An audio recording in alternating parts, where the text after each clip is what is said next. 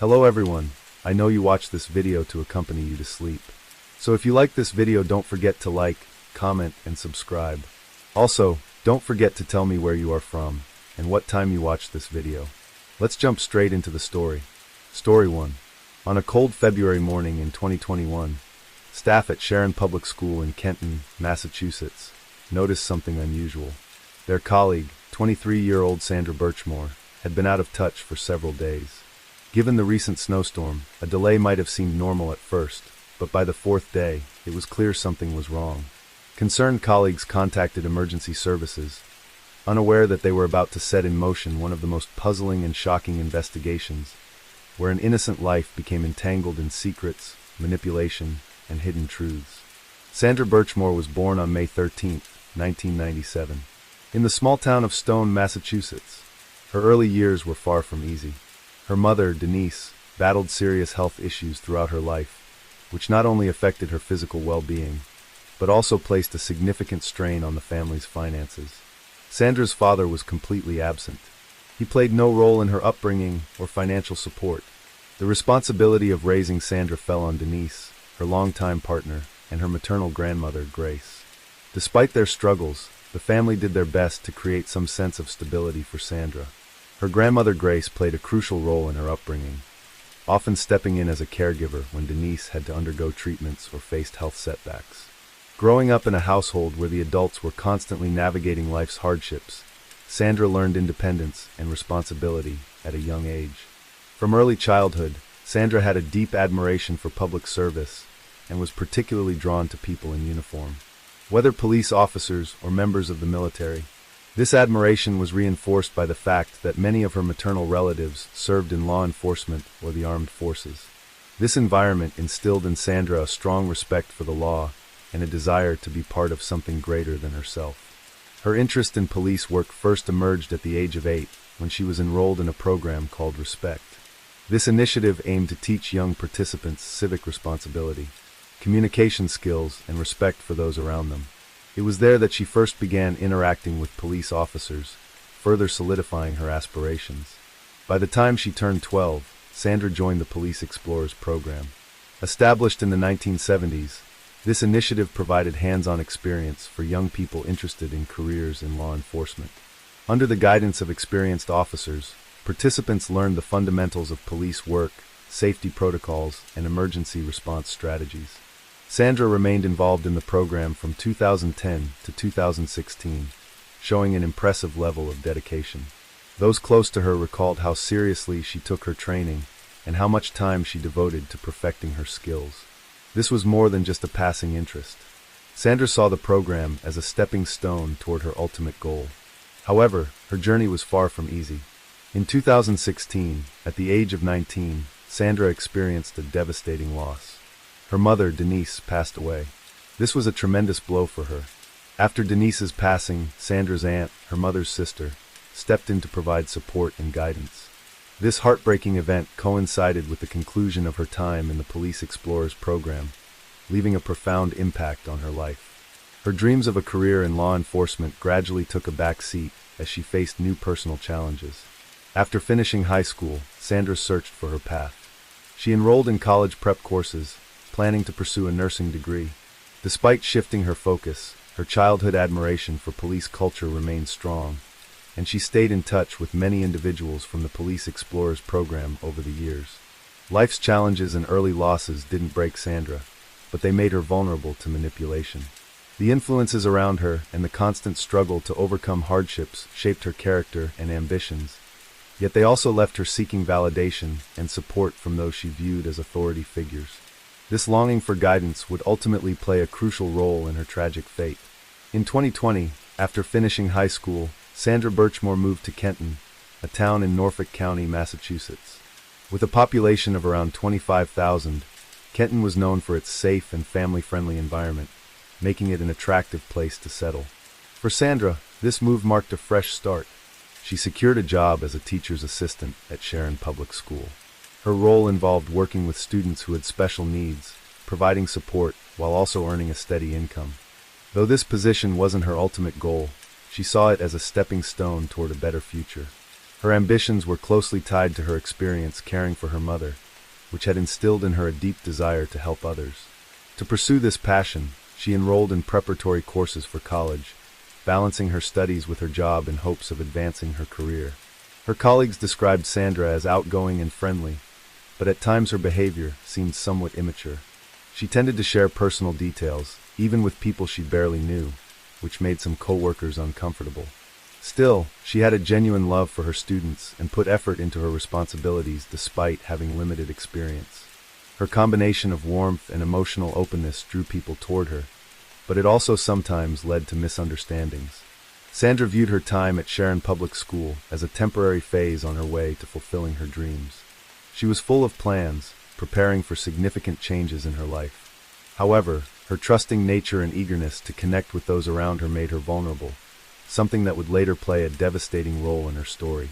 Sandra Birchmore first met Matthew Farwell in 2010 when she was 13 years old.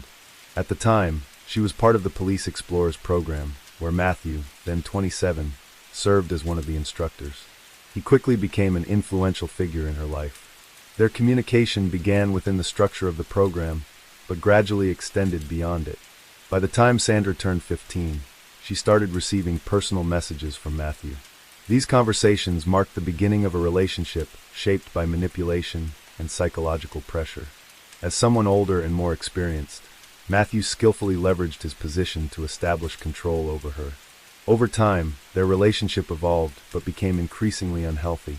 Matthew grew excessively possessive, showing an unusual interest in her personal life and restricting her independence. He insisted on knowing her whereabouts at all times and pressured her to provide constant updates about who she was with. Eventually, he began using technology to monitor her movements, further deepening her dependence on him. As his jealousy and need for control escalated, they were accompanied by bursts of aggressive behavior.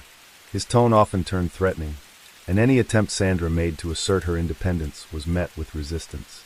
Matthew exerted pressure on her, expecting absolute compliance with his demands, and he viewed any disagreement as an act of betrayal. Despite the growing tension, Sandra continued to see Matthew as someone she could trust. She genuinely believed their relationship could improve and often found ways to justify his behavior. However, his influence over her only intensified, gradually undermining her confidence and limiting her freedom. What had started as a friendship eventually became a toxic and inescapable dynamic. The beginning of 2021 marked an important period for Sandra Birchmore. She was preparing for motherhood. Despite the difficulties she faced, she approached the future with enthusiasm. Her apartment began filling up with baby essentials she had ordered online, including newborn clothing, infant care items, and decorations for a baby shower she was planning.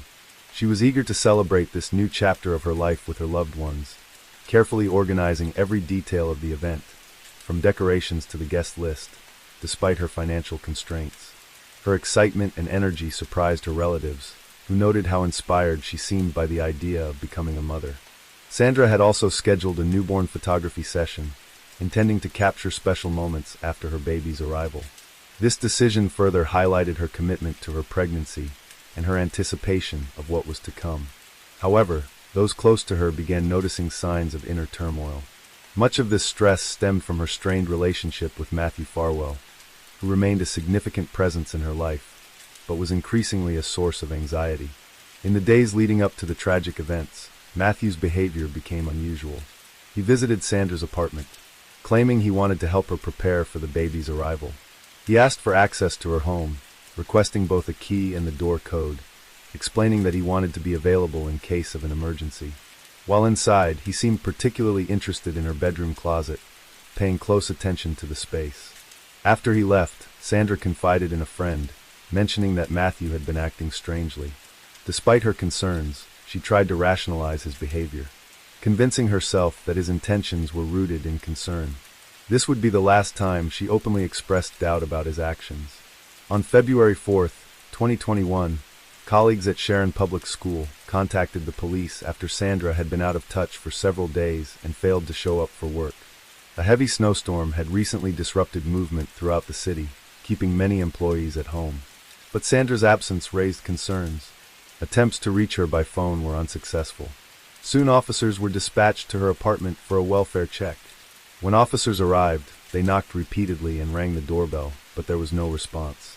A distinct odor coming from inside the apartment quickly raised red flags, as officers recognized it as a sign of decomposition. Given the circumstances, they made the decision to force entry. Inside the apartment, officers found Sandra in the bedroom. She had been discovered hanging from a closet door using a belt. The condition of her body suggested she had been deceased for several days. At first glance, the scene did not appear suspicious. The initial police report stated that there were no signs of a struggle. Furniture remained undisturbed, and the general disorder in the apartment was consistent with Sandra's usual living habits. However, when her relatives were allowed into the apartment after the body was removed, they noticed several discrepancies that cast doubt on the initial findings. One of the first things they observed was a load of wet laundry inside the washing machine, indicating that Sandra had been going about her normal routine shortly before her passing. On the table, there were unopened packages containing baby essentials, delivered just days before the incident. Another troubling detail was a broken necklace found near where she had been discovered. Strands of Sandra's hair were tangled in the chain, which suggested possible physical interference. Her relatives informed the police that Sandra never removed this necklace. She wore it at all times, even while sleeping or showering. This detail raised doubts about the conclusion that she had taken her own life. An even more alarming discovery was her phone. Sandra used her phone daily and was rarely seen without it. However, records showed that it had been powered off a full day before her passing and was never turned back on. Concerned by these inconsistencies, her family insisted on a more thorough investigation, believing there was evidence of outside involvement. With these new findings and growing concerns about her relationship with Matthew Farwell, law enforcement was forced to reconsider their initial assessment. His behavior in the days leading up to her passing, his request for access to her apartment, and his unusual demeanor during his final visit raised serious questions. These revelations marked the beginning of a deeper investigation to uncover what truly happened inside Sandra's apartment in those fateful days. The last recorded activities of Sandra Birchmore took place on the evening of February 1st, 2021. Surveillance cameras captured her returning home from work around 5 p.m. A short while later, she stepped outside to retrieve a package containing baby clothes she had ordered. Afterwards, Sandra was seen once again on video, clearing snow off her car parked outside her residence. At 5:46 p.m., she went back inside her apartment, marking the last time she was seen alive. Later that evening, another key figure in this case appeared on the security footage. Around 9 p.m., Matthew Farwell entered the building. He was seen walking into the lobby, heading up to Sandra's floor, and spending approximately 30 minutes inside her apartment. Footage showed him dressed in heavy winter clothing with a mask covering his face. While the cold weather could explain his attire, the way he deliberately concealed his identity seemed unusual. After a brief visit, Matthew left the building. The next day, Sandra did not show up for work and stopped responding to messages. Federal investigators took over the case, conducting a full review of the initial findings. One of the first concerns was the superficial crime scene assessment and the overlooked details. Agents soon discovered that Sandra had been actively preparing for motherhood, ordering baby supplies, planning a baby shower, and even booking professional photo shoots. These details contradicted the idea that she had intentionally harmed herself. Further suspicion arose from the nature of the marks found on her body, which did not align with a typical case of self-inflicted harm. While analyzing Matthew's phone records, investigators recovered deleted messages that revealed a long history of manipulation. It was also confirmed that Sandra was pregnant with Matthew's child, a key factor in the unfolding tragedy. At the time of her passing, Sandra was in her 3rd month of pregnancy, and this revelation significantly impacted her relationship with Matthew. He not only denied being the father, but also exhibited aggressive behavior, pressuring her both psychologically and physically. After Sandra informed him about the pregnancy, his attitude shifted. First, he attempted to distance himself, but later, realizing the possible consequences, he reinitiated contact. His sudden interest in reconnecting with Sandra raised further suspicion following her death. Investigators also uncovered that Matthew was married and had 3 children. Sandra was aware of his family situation, and in the fall of 2020, she learned that his wife was expecting their 3rd child. This discovery deeply affected her, and she confided in a close friend about the emotional distress it caused. In one of her messages, Sandra mentioned that she intended to tell Matthew's wife about their relationship. However, she ultimately never went through with it. When Sandra discovered her own pregnancy, she informed Matthew, but his reaction was hostile. He not only questioned whether he was the father, but also made it clear that he had no intention of acknowledging the baby. This led to growing conflicts between them. His behavior became increasingly erratic, and Sandra confided in those close to her about the pressure and threats she was experiencing. This dynamic played a crucial role in her fate, and became a major focus of the investigation into her passing. Further examination of their messages revealed that Matthew had repeatedly monitored Sandra, expressed jealousy, and made threatening remarks. Even more concerning was the discovery that he may have used his professional position to exert influence over her. The investigation uncovered a much deeper issue. Sandra was not the only victim.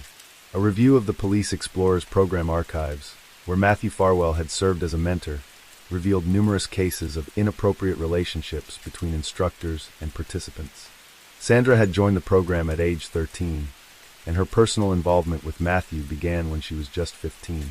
This was not only an ethical violation, but also a serious offense given the significant age difference.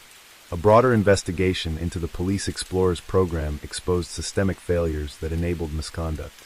Since its inception in the 1970s, there had been little oversight regarding the actions of mentors, creating an environment where some instructors exploited their authority. In addition to Matthew, other officers involved in the program were also suspected of inappropriate behavior.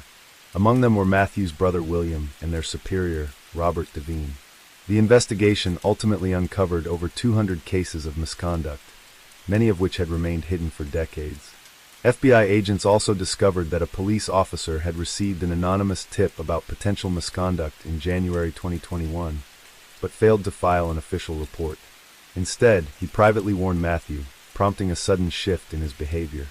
From that point on, Matthew began deleting messages and attempting to rebuild Sandra's trust, moves that investigators believed were meant to prevent exposure. What exactly transpired inside Sandra's apartment remains unknown, but forensic evidence allowed investigators to reconstruct a likely sequence of events. The conversation may have escalated into a confrontation when Sandra once again brought up her pregnancy. She could have been pressing Matthew for acknowledgement or support, which posed a significant risk to him if exposed. The broken necklace found near her body suggested that a struggle had taken place. Investigators theorized that at some point Matthew used force to overpower Sandra. Her phone was turned off shortly after he entered the apartment, leading to the possibility that he had deliberately disabled it to prevent her from reaching out for help. Sandra's case not only led to Matthew Farwell's arrest in 2024, but also shed light on widespread issues within regional law enforcement. The Police Explorers program was permanently shut down, but the consequences of its failures continued to impact many lives. This case served as a wake-up call, prompting authorities to reevaluate policies regarding adult mentors interacting with young participants in similar programs. The charges against Matthew Farwell marked the culmination of a long and complex investigation following Sandra Birchmore's death. In August 2024, he was officially arrested and charged in connection with the crime. Prosecutors presented compelling evidence linking him to the events of that night.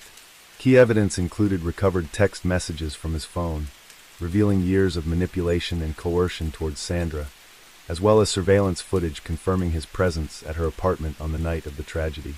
Additionally, forensic experts testified that the injuries on Sandra's body did not align with a self-inflicted act, but instead pointed to external force. The charges against Matthew Farwell extended beyond the primary crime. They also included multiple counts of inappropriate conduct involving Sandra during the years when she was underage. Case records indicated that Matthew had used his position as an instructor in the Police Explorers program to exert control over Sandra from a young age. These details, along with other critical evidence, directly undermined his claims of innocence, which he continued to assert even after his arrest. Despite the overwhelming evidence and widespread public outrage, bringing additional suspects to justice proved to be a major challenge. Alongside Matthew, the investigation also implicated his brother William, their superior Robert Devine, and other officers whose actions had come to light during the inquiry. However, while misconduct was established in several cases, formal charges were not filed against most of those involved. This was largely due to a lack of direct evidence or an apparent reluctance within law enforcement agencies to subject their internal system to deeper scrutiny. As of early 2025, the trial against Matthew Farwell was still ongoing. Prosecutors argued that after Sandra was fatally restrained, the perpetrator staged the scene to make it appear as though she had taken her own life, positioning her body on the closet door. However, forensic experts noted inconsistencies, key physical indicators that would typically be present in such a case, such as specific hemorrhages in the eyes and facial swelling, were missing. This supported the theory that she had been overpowered before the scene was staged. If convicted, Matthew Farwell faced the harshest possible penalty, including the potential for capital punishment. Sandra Birchmore's case was not just a personal tragedy.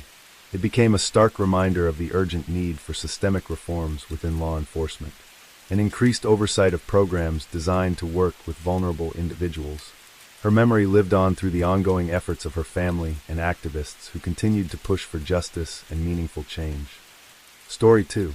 The oppressive heat of Manila's midday sun bore down on the bustling streets, the city alive with its usual mix of honking jeepneys, the chatter of street vendors, and the hum of motorcycles weaving in and out of traffic.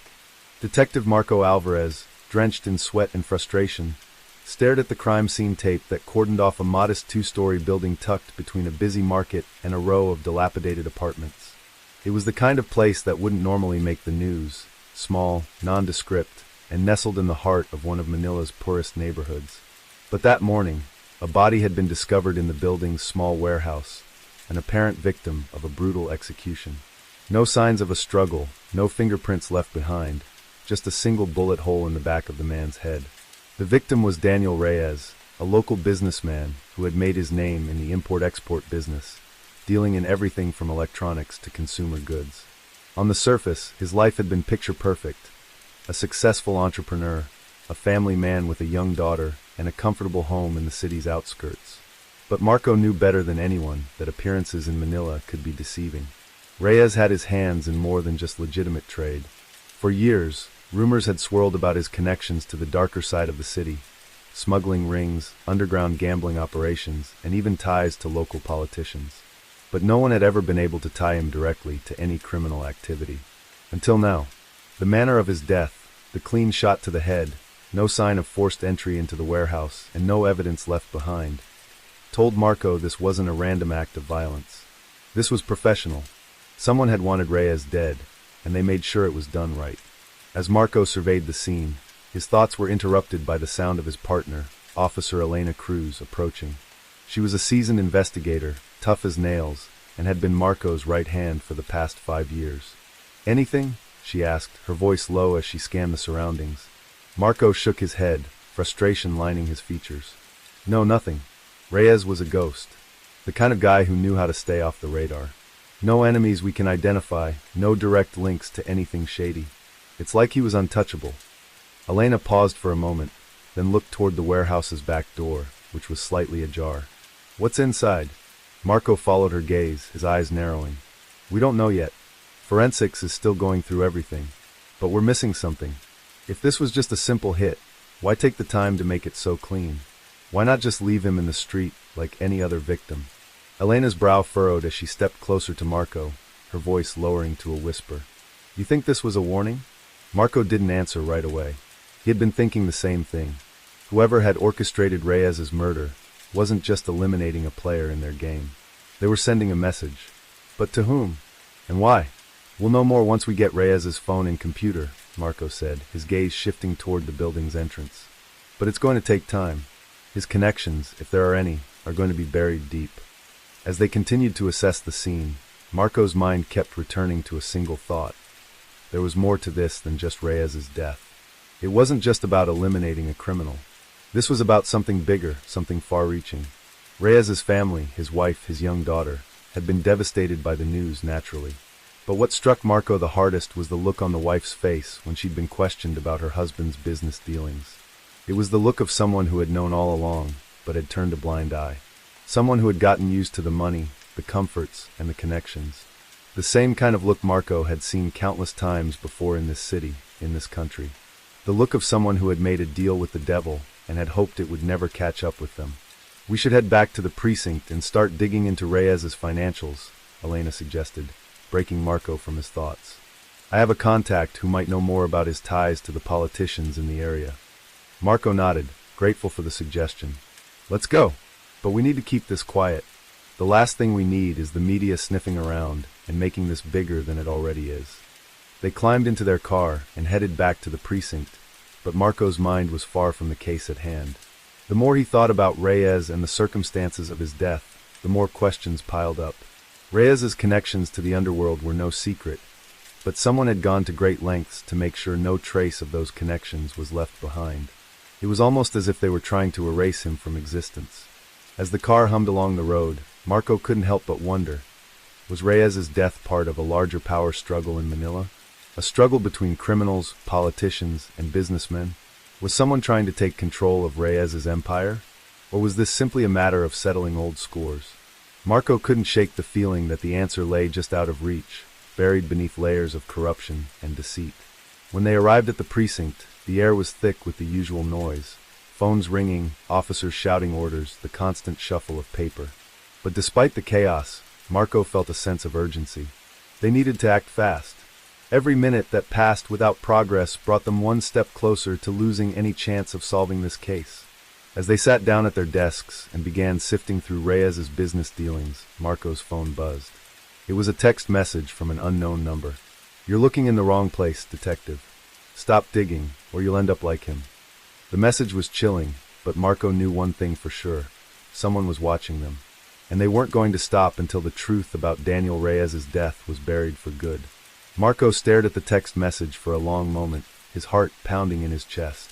It wasn't the first time he had received a threat, but it was the first time it had felt this personal. He'd been in this line of work long enough to know that when you started getting messages like this, you were no longer just investigating a crime. You were becoming part of it. Marco clenched his fists, his knuckles turning white. He had a choice now: back down and play it safe, or push forward and risk everything to uncover the truth. But he knew himself too well. He'd never back down. Not from a case. Not from a fight. Especially not from a city that had long turned a blind eye to the darkness that festered in its streets. He slid his phone back into his pocket and turned to Elena, who was sitting at the desk across from him, already poring over Reyes's financial records. "We've got a problem," Marco said, his voice tight with frustration. Elena looked up, her expression unreadable. "What happened?" Marco quickly briefed her on the threatening text message, watching as her eyes narrowed.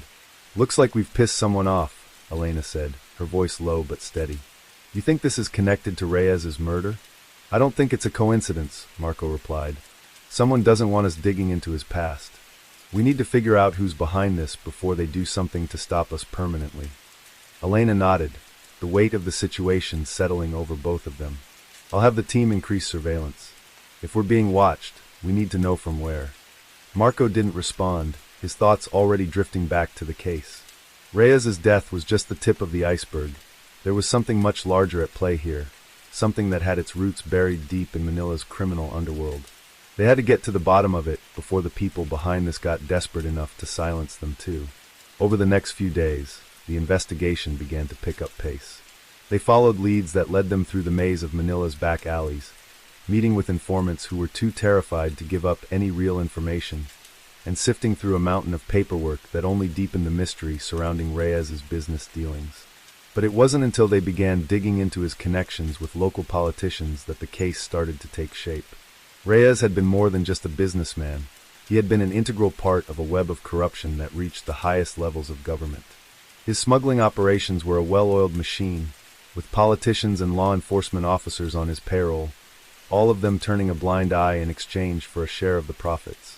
But someone had decided they wanted a bigger slice of the pie. Someone had decided to take Reyes out. Marco and Elena tracked down a few key figures connected to Reyes, former partners, associates, and even a few disgruntled employees, but no one seemed to have the full picture. Everyone had a story to tell, but no one seemed to know who had the power to pull the strings behind the scenes. That was until they received a tip from one of Reyes's old business partners, a man named Vicente Suarez. Suarez had been one of the few people who had worked closely with Reyes during his rise to power in the import-export world, and it seemed that he had some answers. Marco and Elena met him in a quiet cafe on the outskirts of the city, the sound of passing cars drowning out the low murmur of conversation. Suarez was an older man, with the sharp eyes of someone who had lived through far too many deals gone wrong. He had a weary air about him, as if he'd seen it all, and was now just trying to keep his head down and survive. When they sat down, Suarez didn't waste time with pleasantries. "I know why you're here," he said, his voice gruff. "You want to know who killed Daniel Reyes?" Marco leaned in, his gaze intense. "We want to know who killed him, and why." Suarez took a long drag from his cigarette before flicking it into the ashtray. "Reyes wasn't just some businessman," he said, his voice low. "He was deep in with people who ran this city from the shadows. You're looking at a lot more than just a simple murder. You're looking at a power struggle between some of the biggest players in Manila." "Who?" Elena asked, her eyes narrowing. "You'll never be able to touch them," Suarez said with a bitter laugh. "The ones who are really pulling the strings are untouchable. They have the politicians, the cops, the media, everything. Reyes got too greedy. He thought he could take their power away from them, but he didn't understand how deep the game went. They used him to get what they needed, and when he outlived his usefulness, they killed him. Clean, simple, and quiet." Marco's mind raced as he processed the information. The murder wasn't just a result of Reyes's business dealings. It was part of a much larger game, a game involving the highest echelons of power in Manila. And now Marco and Elena were standing in the middle of it. "Who are they?" Marco asked, his voice tinged with urgency. Suarez shook his head, a grim expression on his face. "I don't know, but I can tell you this. Whoever did this, they're watching you now. You're not safe, and neither is anyone else who gets too close to the truth." The warning hit Marco like a punch to the gut, but he knew they couldn't turn back now. He had been in enough dangerous situations to know when to back down, but this wasn't one of those times. Reyes's murder was just a piece of the puzzle, and Marco was going to solve it, even if it meant going up against the city's most powerful and dangerous figures. As they left the cafe, Marco couldn't shake the feeling that they were being followed. The hairs on the back of his neck stood on end, and every corner felt like it was hiding a threat. Whoever was behind this murder wasn't just after Reyes. They were after anyone who might expose the truth. And Marco wasn't going to stop until he had the answers. The next few days blurred together as Marco and Elena pushed deeper into the investigation. The quiet warning from Suarez had haunted Marco, the sense of being watched never leaving him. He couldn't shake the feeling that someone was always just one step ahead, ready to strike if they uncovered anything too dangerous. They had received a few more anonymous tips, each one more cryptic than the last. But nothing substantial came through. As Marco stared at the evidence board in the precinct, the pieces seemed to mock him. There were connections between Reyes's business, politicians, and shady deals, but the truth remained elusive. His mind kept going back to the same question. Who had the power to silence Reyes so completely, and why? Elena had dug into the police reports and started cross-referencing Reyes's dealings with political donations. She discovered a link to one of the city's most influential senators, a man named Senator Ricardo Santos. Santos had been seen at several events where Reyes was also present, and there had been rumors about their association for years. But no one had ever managed to prove anything, and Santos's public persona was pristine, too clean in fact. Everything about him screamed untouchable. But Marco knew better than to trust appearances. He had seen too many politicians in Manila who had mastered the art of deception, and Santos seemed no different. The senator's name had come up again and again during their investigation, each mention a whisper of something darker lurking beneath the surface. Marco and Elena decided to confront him, but they had to be careful. Going after someone like Santos without concrete evidence would be dangerous.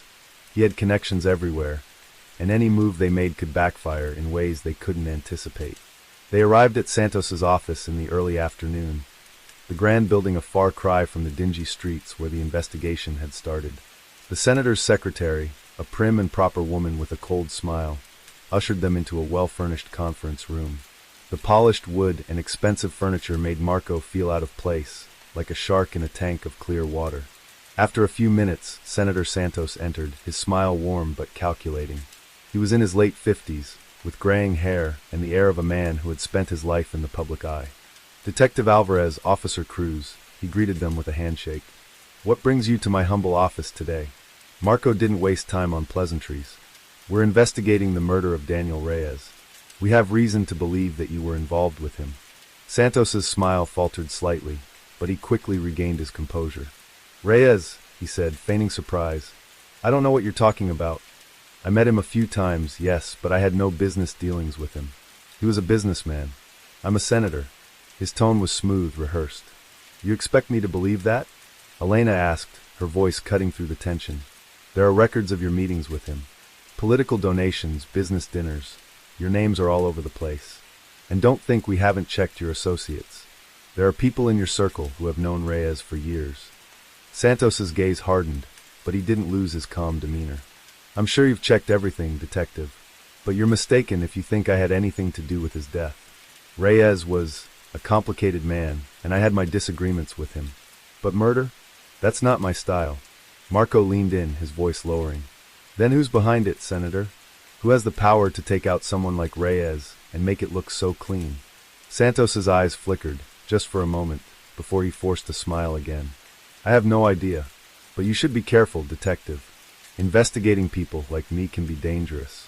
People who pull the strings in this city don't like being exposed. And you might be digging up more than you bargained for." Marco could hear the veiled threat in his words, but he refused to back down. "We'll see about that, Senator. But if you know anything, now's the time to speak up." Santos didn't respond. Instead, he straightened his suit and offered a handshake.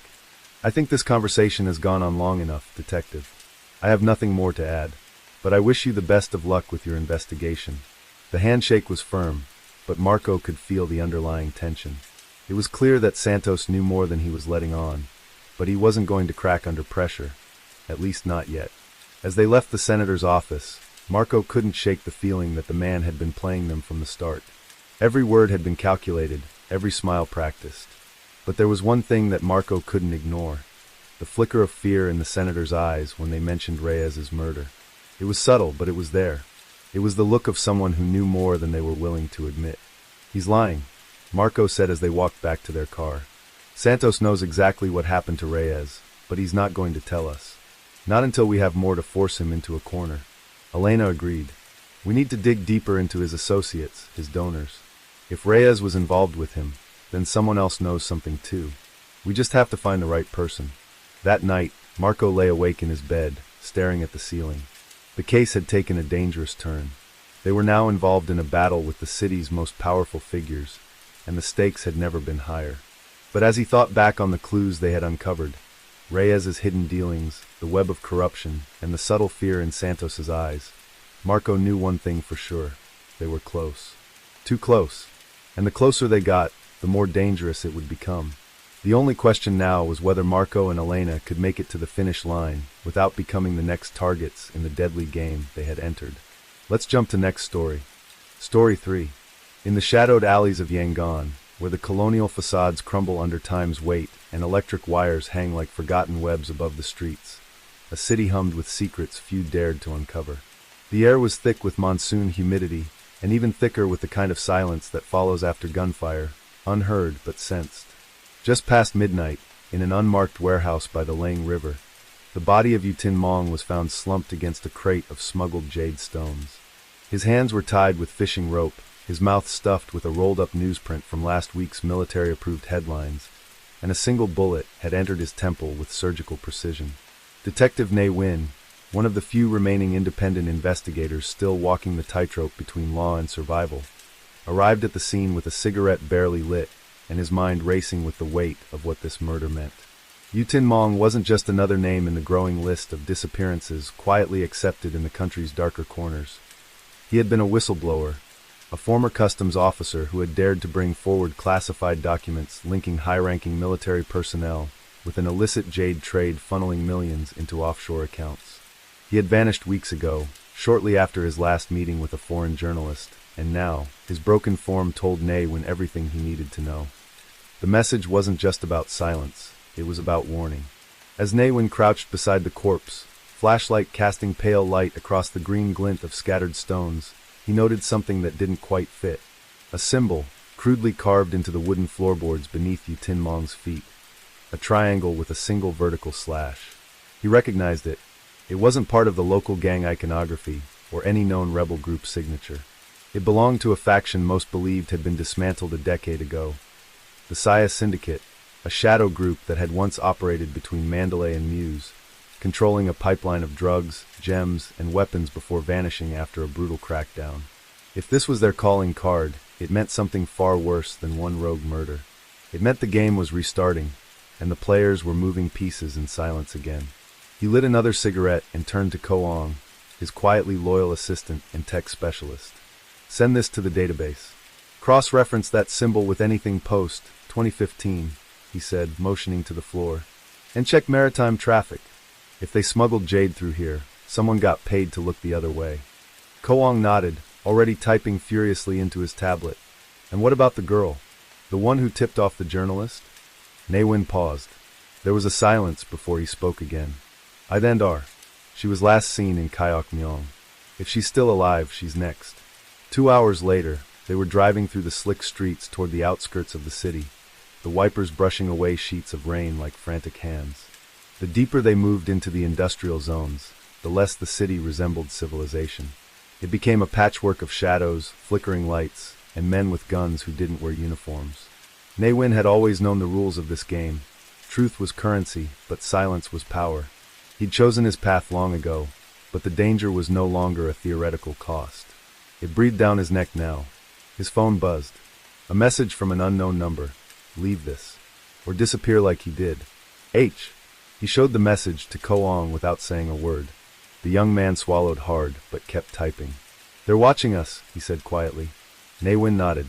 Then let them watch. But they'll know we don't blink.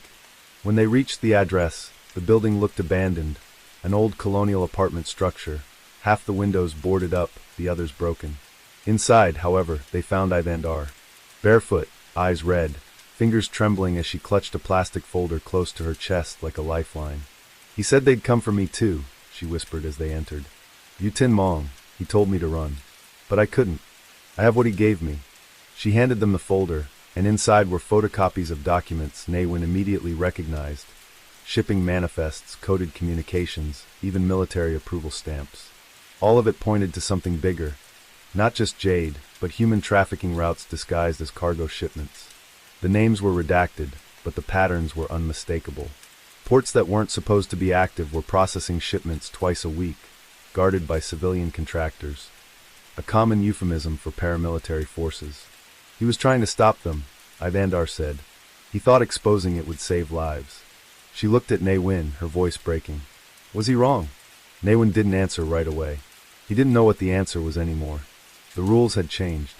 Journalism had been strangled, the judiciary compromised, and the only law that remained was the one enforced at gunpoint. But still, he took the folder and said, "We'll find who ordered it, and we'll make it mean something." He didn't promise safety. He couldn't. But he promised fire. As they exited the building with Idandar between them, a black SUV rolled slowly past, its windows tinted too dark for comfort. Koang subtly reached for his concealed sidearm, but Naewin raised a hand. Not here. Not yet. The SUV didn't stop. It just kept driving. But the message was clear. The wolves were circling. The following day began with a storm. Not the kind that lashes rain against tin roofs and sends the Lang River swelling, but one of whispers, untraceable phone calls, and officials avoiding eye contact. News of Tin Mong's murder hadn't made it to the front pages. Instead, the morning headlines spoke of agricultural reform and a foreign dignitary's arrival, a smokescreen for those who didn't want the public asking why a customs officer had turned up dead with military secrets in his pocket. But Naewin knew where to listen. Beneath the sanitized broadcasts and state-approved narratives, a different story festered, one told in the corners of tea houses and encoded in Facebook posts that disappeared as quickly as they were posted. Rumors swirled of a deal gone wrong between factions of the military and an emerging syndicate from Kachin State. And at the heart of it all, a name began to surface, Brigadier General Tyne Zaw. Tyne Zaw had risen through the ranks not by merit, but by leverage. He had dirt on everyone and no hesitation using it. When Naewin was still new to the force, he had once crossed paths with the man during a raid in Lashio. Even then, he remembered the coldness in Zaw's eyes, the way he smiled as a village was torched behind him. Now it made sense why Tin Mong had been silenced. If Zaw was involved, it wasn't just about smuggling. It was about consolidating power in a region fracturing under decades of war, sanctions, and internal betrayal. with Ithindar safely hidden in a safe house run by a sympathetic journalist collective, Ne Win and Koong Dove Deeper. They accessed a secure server using the documents from the folder, one that revealed access logs and custom schedules tied to a nondescript port near Dawei. The port, technically decommissioned, had no active surveillance from the Coast Guard, but regular shipments flowed through under the guise of development aid. What the documents showed was staggering. Shipments labeled as educational equipment were being used to traffic everything from raw jade to teenage girls, most of them from rural Shan and Kayan villages, promised work in Thailand or Malaysia. Instead, they were rerouted through Dawei, sold off by middlemen connected to foreign buyers, and never heard from again. The pattern was clear, and the syndicate's rebirth no longer a rumor, it was fact. Worse, the backing from Tyne men immunity. No police, no judge, and no journalist would touch it, unless someone forced the story into the light. That night, they met with one of Ne Win's oldest contacts, Min Ko Lat, a former Navy officer turned smuggler turned informant. He agreed to meet in a crumbling colonial church near Dala, a location chosen because it had no digital surveillance, no signal towers, and only rats for witnesses. "I'm risking my neck talking to you," Lat said, lighting a cheroot with shaking hands. "They're moving something big tomorrow night. Not jade, not girls, weapons." He passed a water-damaged ledger across the table. Rifles imported through a black market channel via Sitway. Chinese markings, but the crates are labeled with UN food shipment stickers. Ne Win flipped through the pages, anger building with every line. This wasn't just a criminal syndicate anymore. It was a militarized operation, a hybrid of corruption and organized crime, protected by uniforms and driven by profit. Lat looked him in the eye. "They're not scared of the law anymore. They own it." "Then we break the story," Ne Win said. "We use the documents, the port schedules, this ledger. We give it to every outlet still breathing." "That'll get you killed," Lat replied bluntly. "You want justice? You better aim for chaos first." Back in their car, silence hung heavy. Koong finally spoke. "He's right. If we go through the usual channels, this dies before it breathes. We need to leak it through a foreign source." Ne Win nodded slowly. "Thailand. We contact Somchai." Somchai was a Bangkok-based journalist who had worked with Ne Win years ago, exposing forced labor on rubber plantations. If anyone could get this story out past the filters, it was him.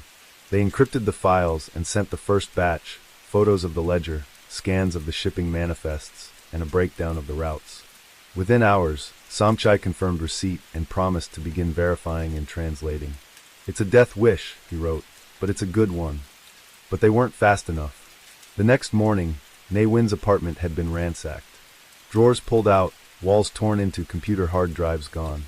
Someone had moved like a ghost, leaving no prints, no trace of forced entry. Just a single photo taped to his mirror, U Tin Mong's corpse, with a message scrawled across in red ink, "You're next."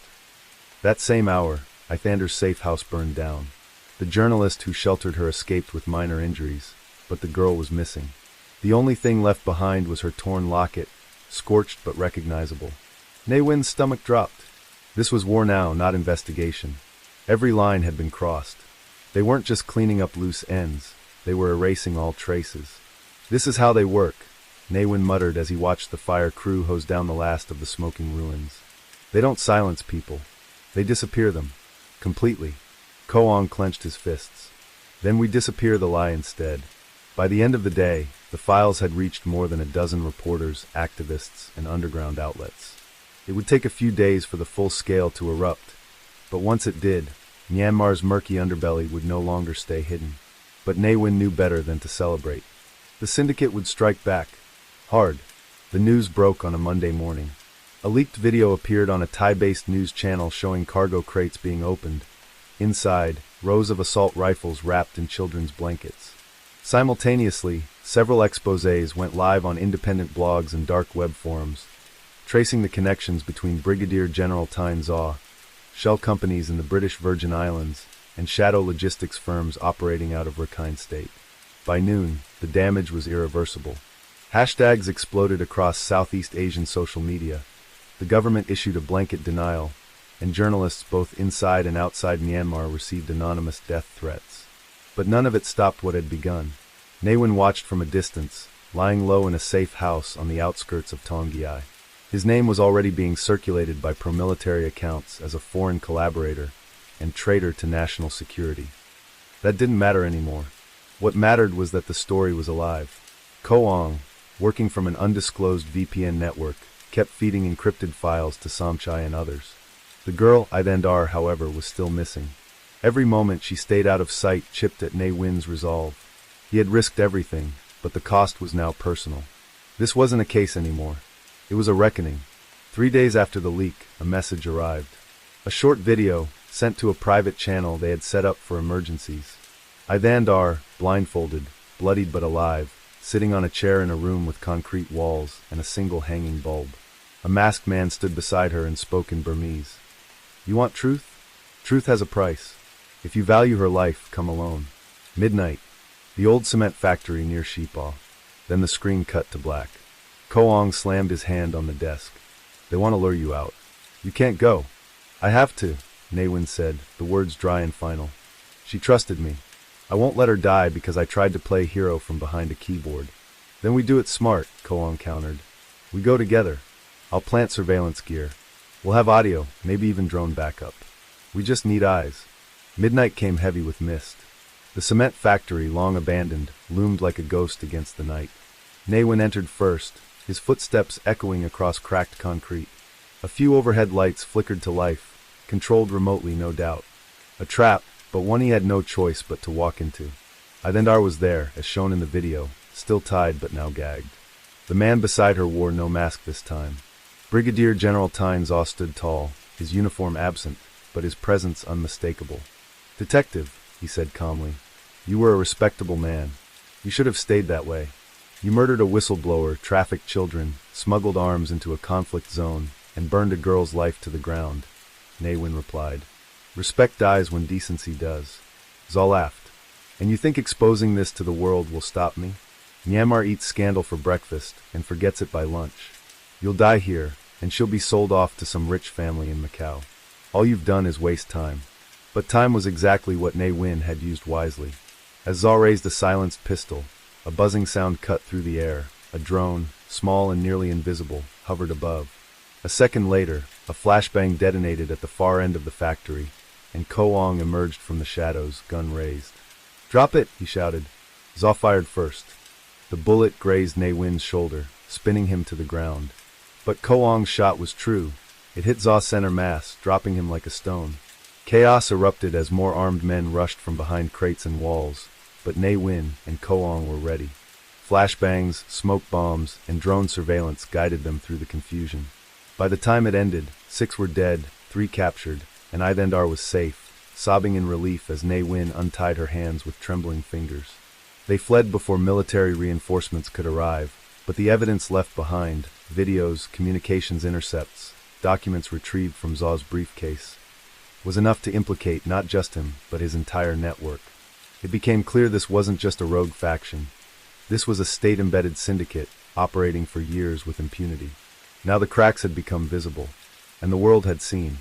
In the weeks that followed, Myanmar's regime attempted damage control.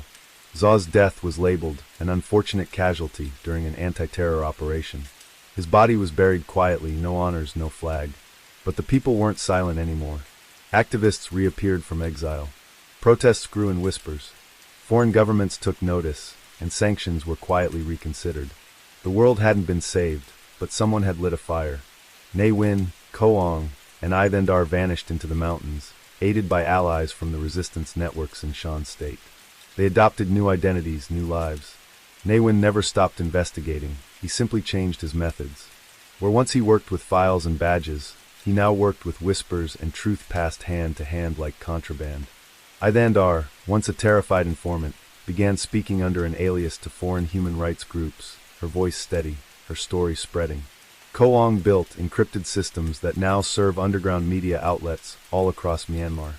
In time, the name Saya Syndicate became legend again, not because it disappeared, but because it was forced back into the shadows by a fire it could not control. And somewhere, high in the mountains where the clouds meet the earth, a detective who once walked the streets of Yangon in worn leather shoes now watched the sunrise with quiet satisfaction. He had lost his name, his home, and perhaps his future. But he had given the people a weapon no regime could bury: truth. And in the end, that was enough. Let's jump to next story. Story 4. The sweltering dusk of Manila lay thick like smoke, choking the skyline in a reddish haze as the traffic below crawled through the arteries of the old city. Near the edge of Tonda, where rusted rooftops and half-lit shanties huddled close like secrets, a body lay crumpled behind a wet market stall, soaked in blood and rainwater. Detective Tomas Velez had seen too many dead men in his 20 years with the MPD, but there was something different about this one. A young customs officer with no criminal record, face frozen in a look of horror, a cell phone still clutched in his hand. The air stank of fish guts, gasoline, and something else he couldn't place. Around him, bystanders murmured in Taglish, snapping blurred photos and whispering about connexion, the unspoken web of power that ran beneath the city's pavement like electric current.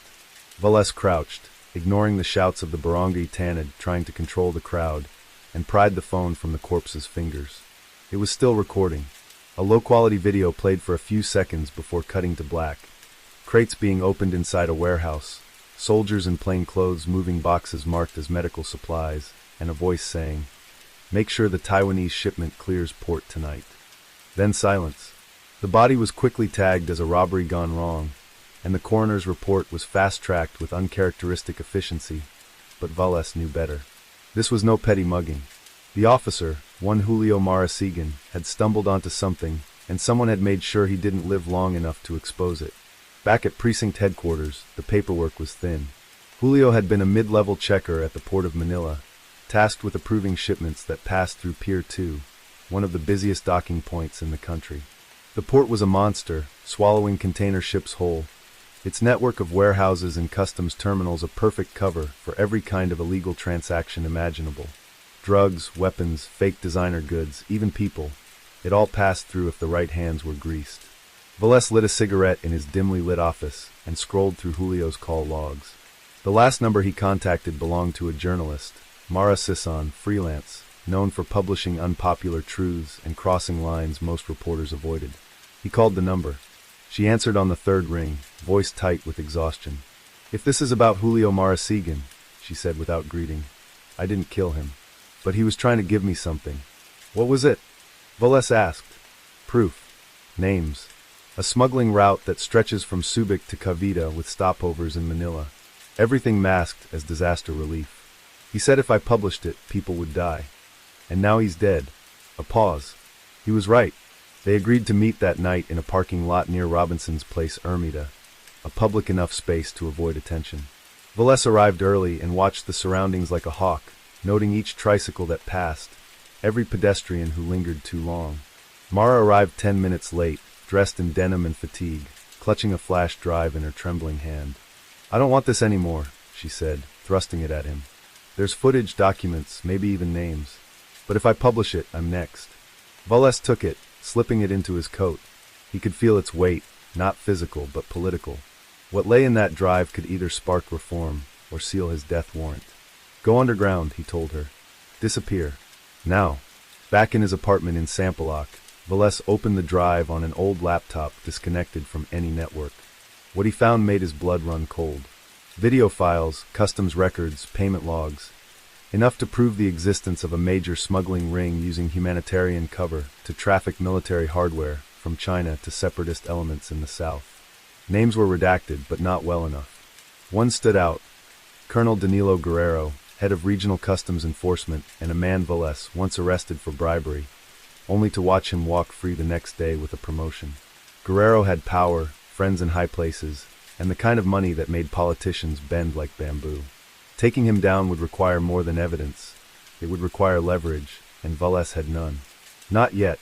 He spent the next 2 days in hiding, sleeping in his car and living off Pandesal and instant coffee while he quietly traced the money trail. The records on the flash drive led to several dummy corporations registered under the names of dead men, all funneling payments to a logistics firm headquartered in Quezon City. He made a fake ID and posed as a warehouse inspector, bluffing his way into the facility. Inside, he saw what Julio must have seen. Sealed crates stacked high, guarded by armed security pretending to be delivery men, the logo of a fictitious charity stenciled on each box. Before he could document anything, a voice behind him said, "You're not supposed to be here." He turned slowly. 2 men in security uniforms approached, hands resting casually on their holsters. ID, one demanded. Veles flashed a forged customs badge, but the taller of the two wasn't convinced. Wait here, he said, stepping into an office to call someone. That was Veles's cue to vanish.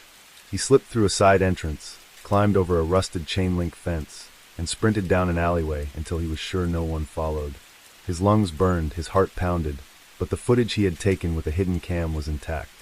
This was enough to blow the lid off the entire operation, if he could survive long enough to release it. That night, his phone buzzed with an anonymous text. Stop digging or you'll join Julio. We don't miss twice. Tomas Veles didn't sleep that night. He paced the dim perimeter of a cheap motel room off Aurora Boulevard, one hand gripping a service pistol, the other clutching a cheap cell phone that now held the final copy of the incriminating files. The anonymous threat rang in his ears, more real than gunfire, more intimate than fear. He was no stranger to intimidation. He had investigated dirty cops, exposed rogue barangay captains, even gone up against narco-politicians in Navotas. But this was different. This was bigger, deeper, and colder. It was a system dressed as humanitarian aid, laundering weapons beneath the guise of disaster relief. And now it was closing in on him with the quiet confidence of something untouchable. The files proved that customs officers, select members of the Philippine Navy, and a high-ranking syndicate, known only in whispers as CIBIT, were colluding in an arms trafficking ring with routes from the port of Manila to Mindanao, bypassing checkpoints through military escorts and digital forgeries. The documents contained QR codes linked to delivery manifests, falsified invoices, and under-the-table payments to anonymous e-wallets. It wasn't just local corruption, it was treason wrapped in bureaucracy. In the early hours, as Manila stirred beneath another heat-choked sunrise, Veles made a decision. He couldn't take this through official channels. Internal affairs was compromised, and he had no trust left in the PNP chain of command.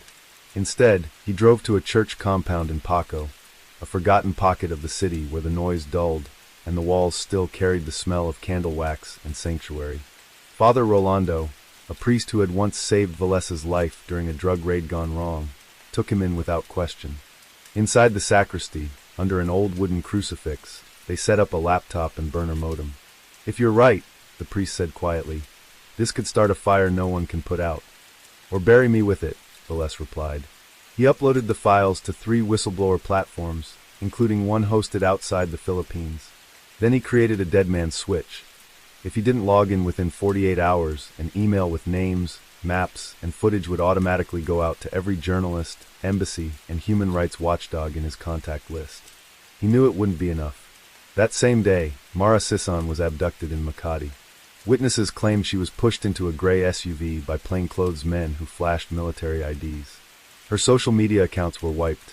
Her phone pinged its last signal from Camp Aguinaldo before going dead.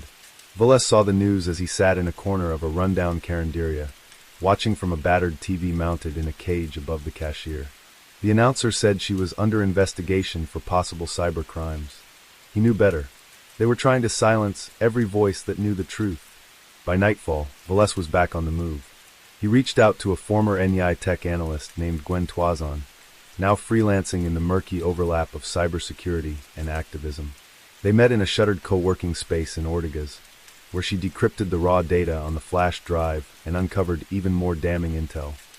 Purchase orders from a Chinese defense contractor routed through Malaysian shell corporations, transaction logs signed digitally by Colonel Guerrero's deputy, and voice recordings. One in particular, capturing a conversation between Guerrero and a senator, detailing the political protections being exchanged for a percentage of the cargo's street value. This isn't just corruption, Gwen whispered. This is state-sponsored arms running. You release this, there's no going back. Veles nodded. I don't plan to. They agreed to split the data into fragments, scatter them across digital safes. Gwen would release her portion through an anonymous telegram broadcast.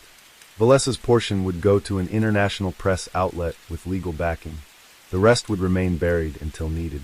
That night, while Manila buzzed and sang like any other, they made their moves, quiet, calculated, irreversible. The retaliation came swift. An unmarked vehicle tailed Veles as he left Ortigas. He noticed it too late. At the corner of Shaw and Kalentong, a black van slammed into his driver's side, spinning the car into a post. Dazed and bleeding from the temple, Veles stumbled out just as 2 men approached with silencers. Shots rang out, but not from them. From behind. A third figure had arrived, shooting clean and fast. One man dropped, the other fled. The stranger pulled Valles into another vehicle and drove off before he could protest.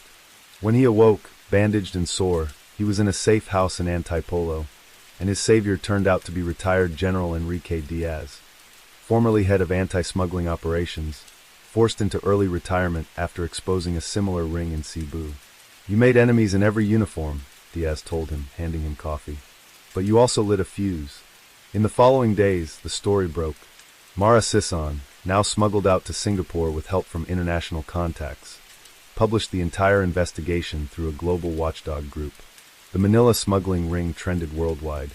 Videos of military crates, Guerrero's voice recordings, and financial leaks flooded social media. Protests erupted near the port. Students, dock workers, even mid-level officers began to speak out. Guerrero vanished. Some said he fled to Sabah. Others believed he was executed by his own allies. Arrests followed, low-level, symbolic, but the message had been sent. For Valles, there would be no medals. His name was quietly purged from MPD records. He became a ghost, moving from city to city, changing phones, growing a beard, disappearing in the cracks of the urban sprawl. But the fire didn't go out. In the shadows of Manila, people still whispered his name, sometimes with reverence, sometimes with fear. In a country that too often forgot its dead, Valles had become part of its living conscience. He no longer carried a badge, but he still carried the truth. And in the streets of Manila, that was enough to keep the fight alive. Let's jump to next story. Story 5.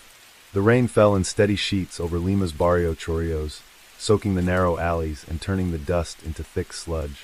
The city, ancient in its bones yet restless in its rhythm, throbbed with quiet menace beneath the overcast sky. In an abandoned tenement just off the Avenida Huelas, a body lay curled on the cracked tile floor, one hand frozen mid-reach toward a scattered pile of counterfeit Peruvian sols. It was the third corpse in a week bearing the same mark, a hummingbird inked in blue just behind the left ear, and all the signs of a rapid execution. One bullet, clean through the temple, and nothing else disturbed. Inspector Diego Aranda stood by the open window, rain dripping from the brim of his hat as he surveyed the scene with heavy eyes. His partner, Rocio, crouched by the body frowning. "Same signature," she muttered. "Same caliber, same style. This isn't just another gang killing." Diego didn't reply immediately. He'd spent the last few months piecing together whispers of a syndicate that had started as a black market art smuggling ring and had now evolved into something darker. A transnational operation laundering millions through forged currency, museum heists, and crypto wallets buried in jungle caves. They called themselves Colibri, the hummingbird, a name drawn from the Nazca lines and etched into every crime like a poetic curse. Unlike Peru's older crime families, blunt, territorial, and content with local dominion, Colibri operated like myth. No one had ever seen its leadership. Only fragments of information passed between terrified street dealers and retired archaeologists who had once been paid to authenticate stolen Incan relics. The dead man on the floor, Luis Alberto Cáceres, was a mid-level print technician once employed by the National Mint.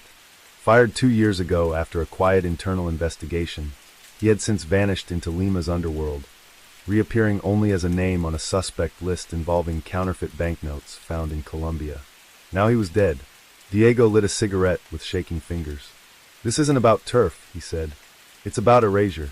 Every piece they move is either faked or stolen, and everyone who helps eventually disappears." As forensic officers zipped the body into a bag, Rocio handed Diego a plastic evidence sleeve containing a torn corner of an old museum brochure. "Museo de Oro," it read. He recognized it immediately, the Gold Museum, famous for its collection of pre-Columbian artifacts, many of which were rumored to be undocumented.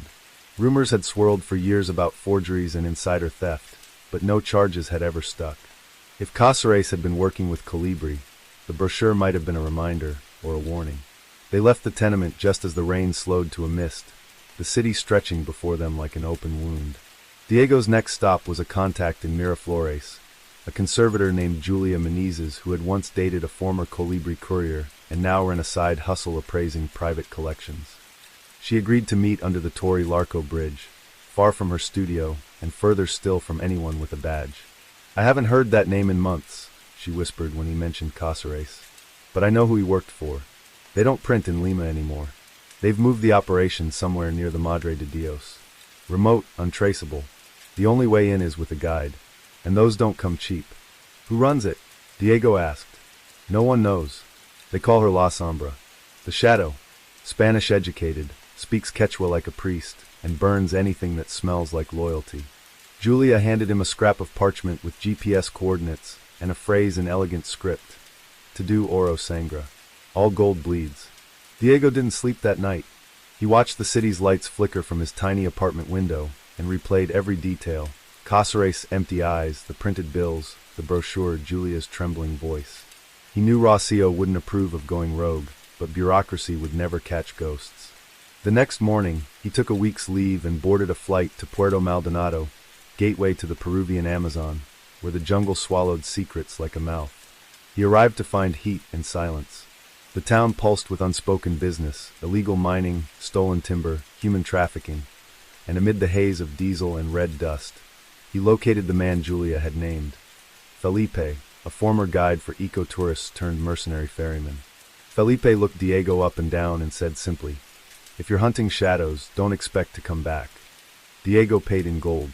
Not a metaphor, an actual nugget, obtained from a confiscated stash during a smuggling raid the year prior. It was enough to buy silence for 3 days.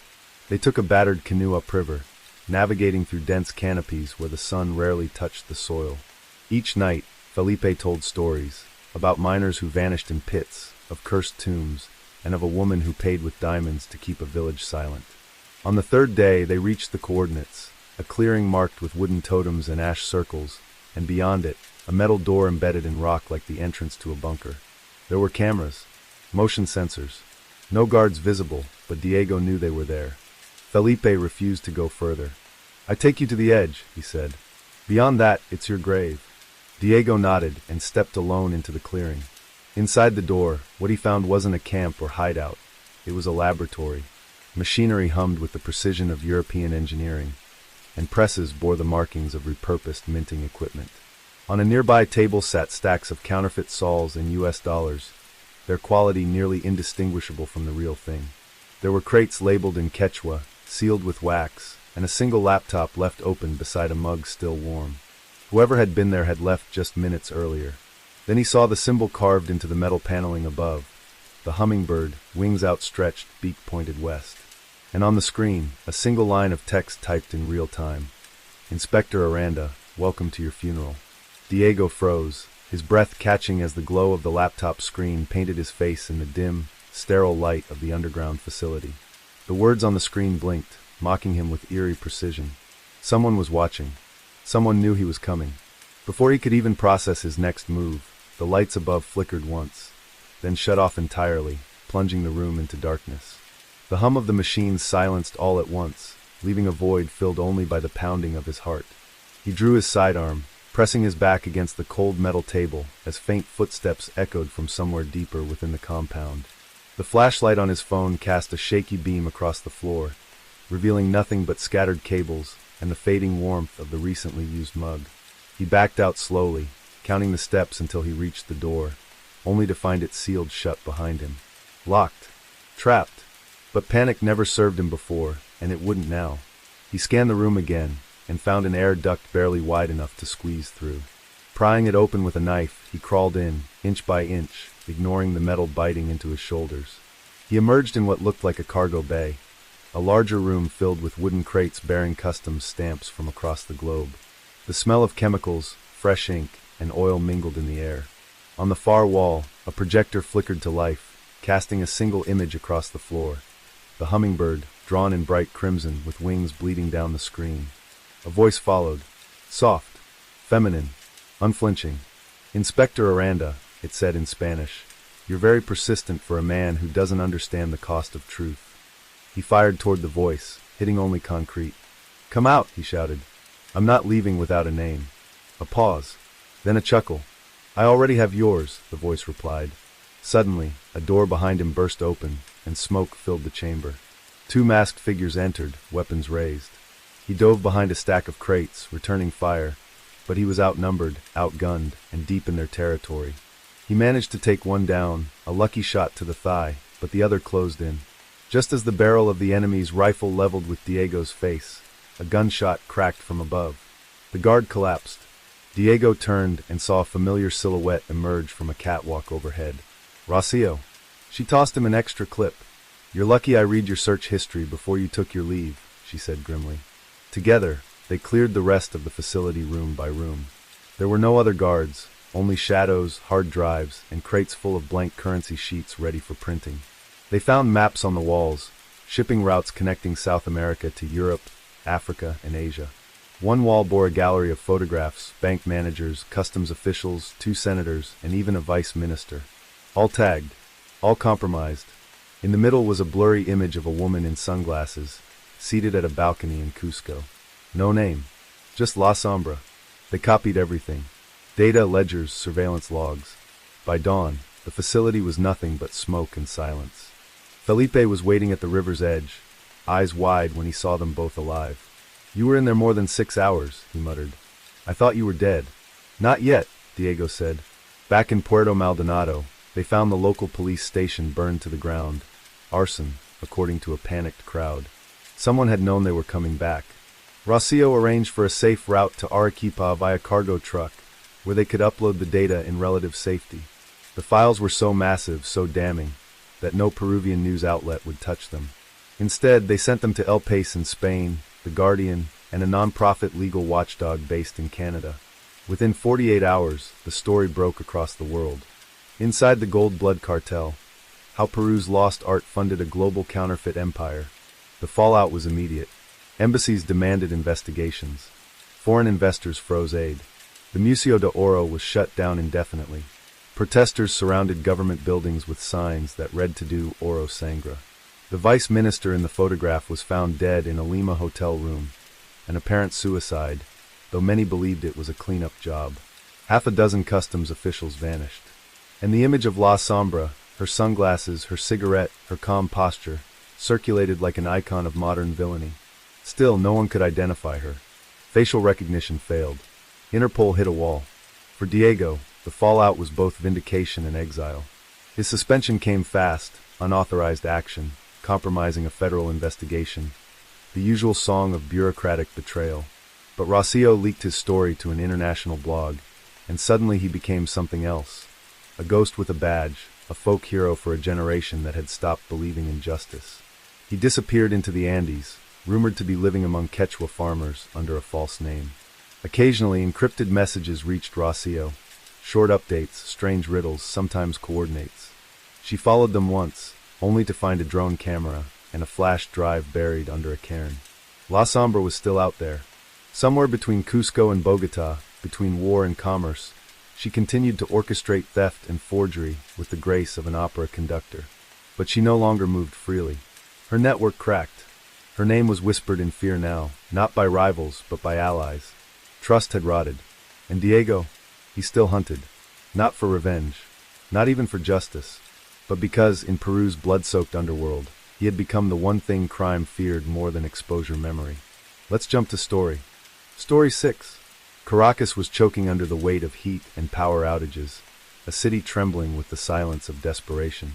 On the outskirts, in the district of Pedar, one of the largest slums in Latin America, the narrow alleys twisted like veins clogged with tension, graffiti-covered walls watching over deals made in whispers and guns hidden beneath floorboards. The police didn't come here after sunset. They barely came during the day, and that suited Angel Barrios just fine. He leaned against the rusted hood of a stolen Toyota, watching a shipment being unloaded into a butcher shop that hadn't sold meat in 3 years. Inside, beneath layers of rotting tiles, a hatch led to a network of underground storage rooms, some filled with rifles, others with cocaine packed into sardine cans. But today's delivery was different. Angel had just received 3 kidnapped oil engineers, 2 from Maracaibo, 1 from a government refinery in Puerto La Cruz. Not for ransom, not for torture, they were to be put to work. Someone wanted to tap into the last reliable pipeline that hadn't yet been seized by the collapsing regime or foreign cartels, and Angel, known to the black market as El Zorro, was now the middleman in an international crime ring that blended state secrets, black gold, and blood like a cocktail of collapse. He lit a cigarillo and watched the engineers being dragged into the shadows, their mouths gagged, their eyes wide with betrayal. It wasn't personal. In Venezuela, nothing was personal anymore. It was survival. Loyalty was dead, and power was currency. Angel hadn't always been this way. Once he'd been a police detective, clean-shaven and idealistic, dreaming of reform. But after his partner was executed by a military faction over a fuel theft investigation, and the courts deemed it an unfortunate miscommunication, Angel understood what Caracas had become, a battlefield without flags.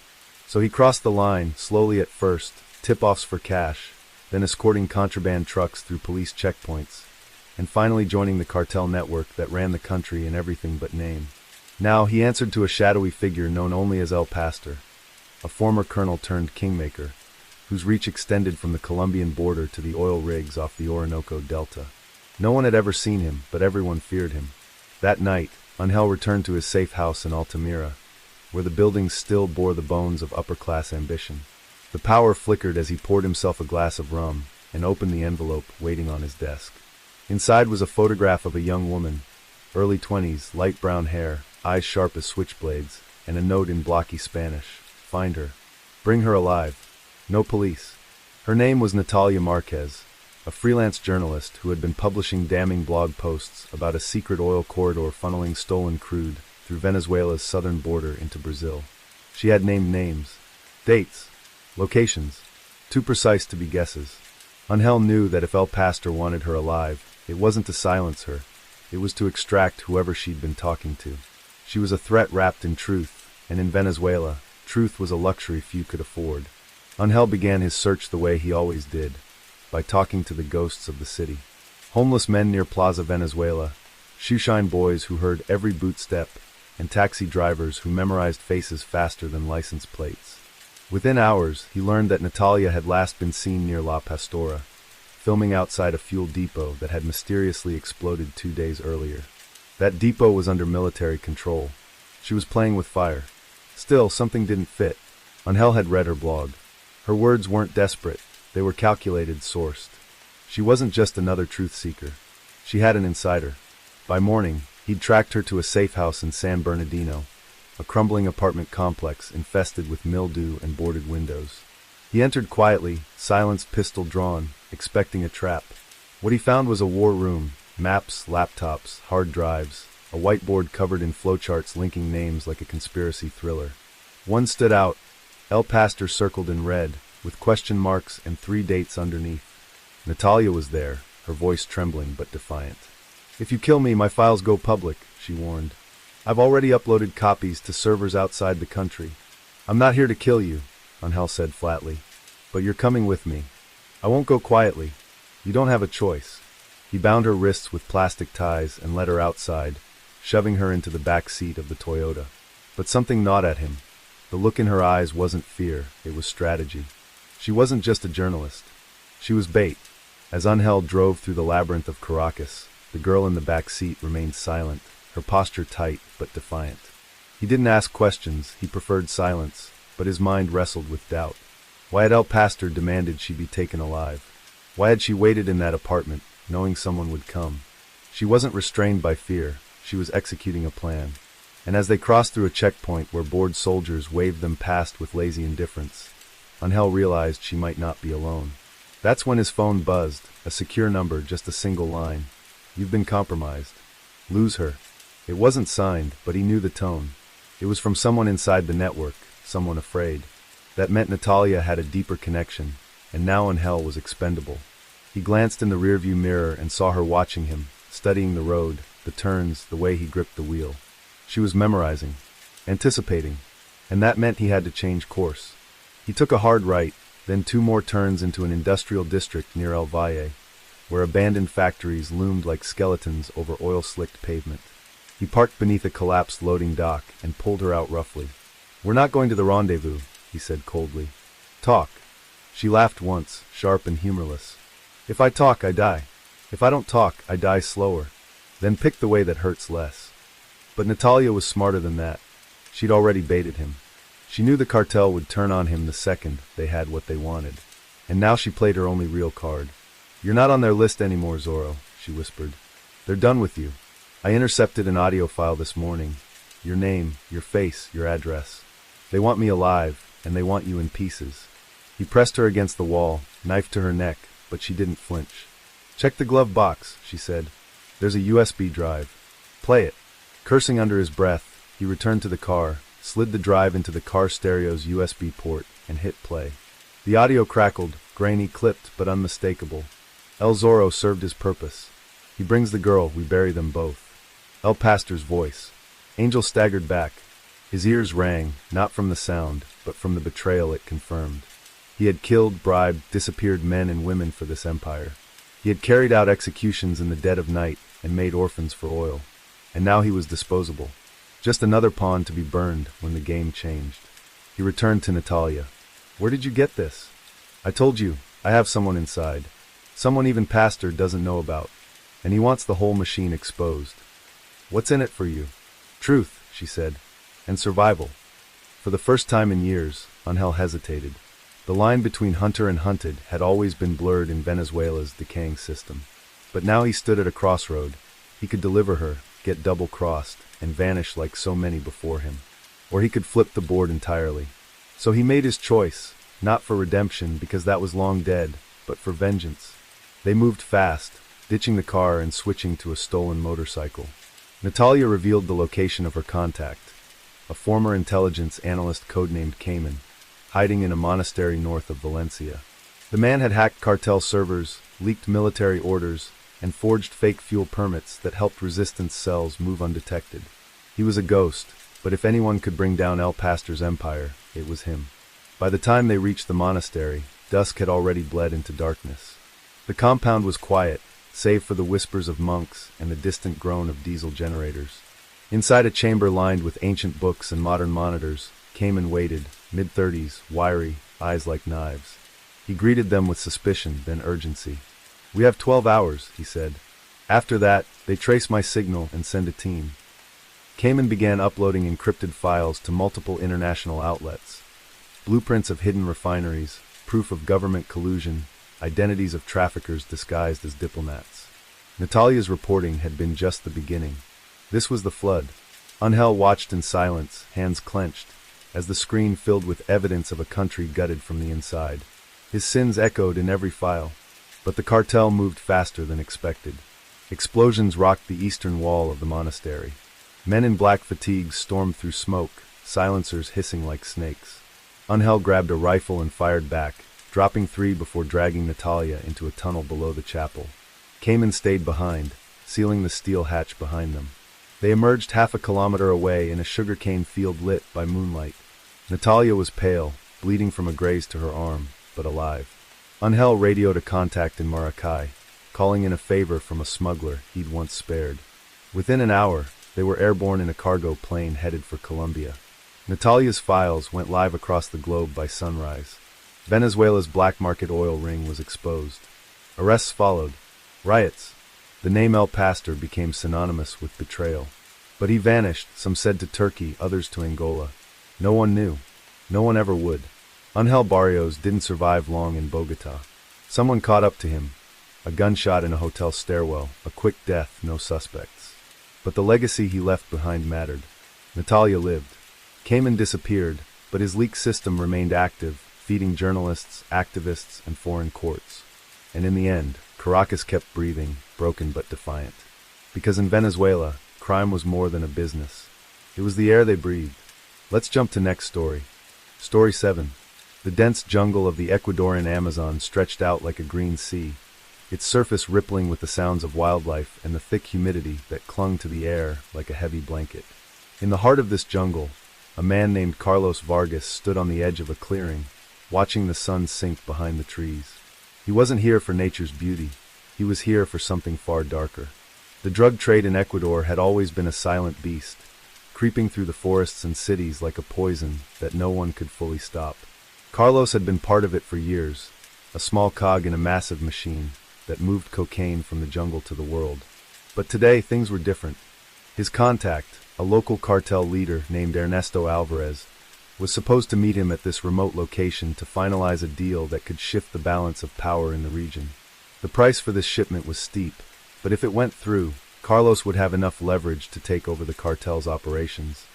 his dream of becoming the undisputed king of Ecuador's drug trade within his reach. He scanned the area, a knot of tension in his stomach. It had been an hour since the agreed-upon time. Ernesto was never late, at least not without reason. Carlos's hand twitched, instinctively reaching for the beretta tucked into his waistband.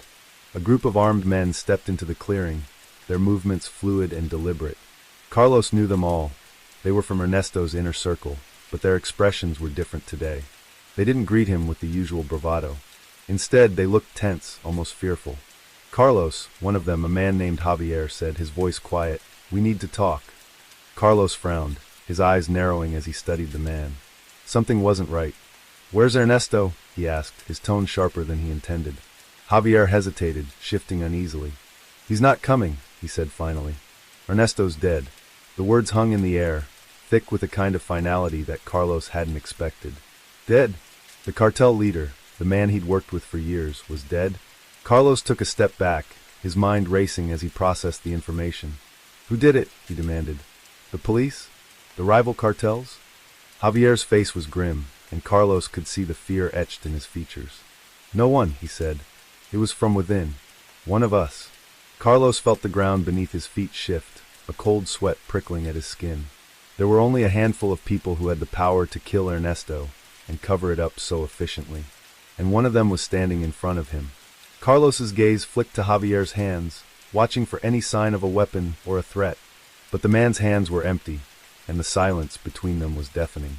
"You've been set up," Javier said, his voice barely above a whisper. "Ernesto wasn't just killed by a traitor. He was betrayed by someone higher up, someone with more power than we realized." Carlos's heart thudded in his chest.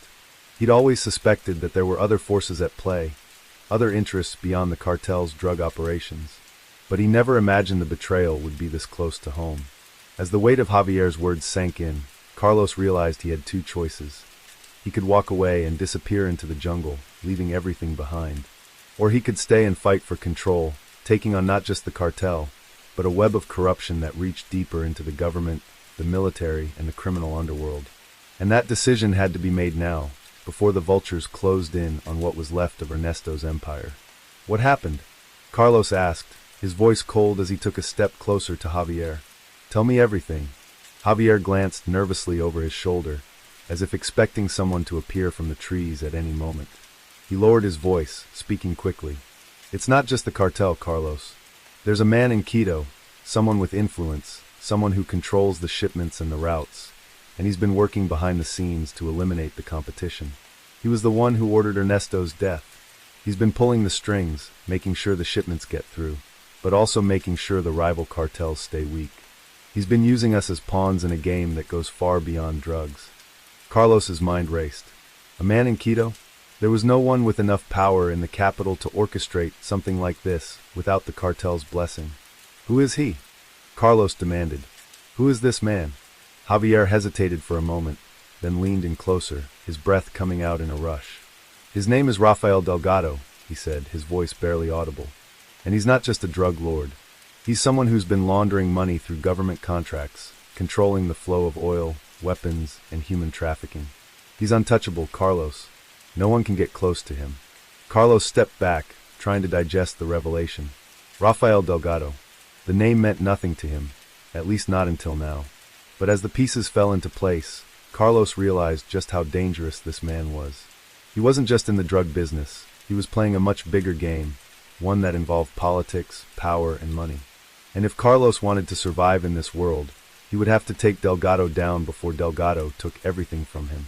Carlos walked through the thick jungle underbrush, the weight of his decisions pressing down on him like the oppressive heat of the Amazon.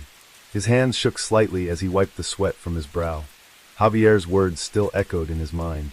Rafael Delgado, the man who had been manipulating everything from the shadows, controlling the drug trade, oil shipments, human trafficking, and even the highest levels of government. Carlos had no idea how deep the corruption ran, but he could feel the weight of it closing in. If Delgado was as powerful as Javier suggested, then the entire country was a pawn in his game, and Carlos had just become another piece. The path forward was unclear. He needed answers, and he needed them fast.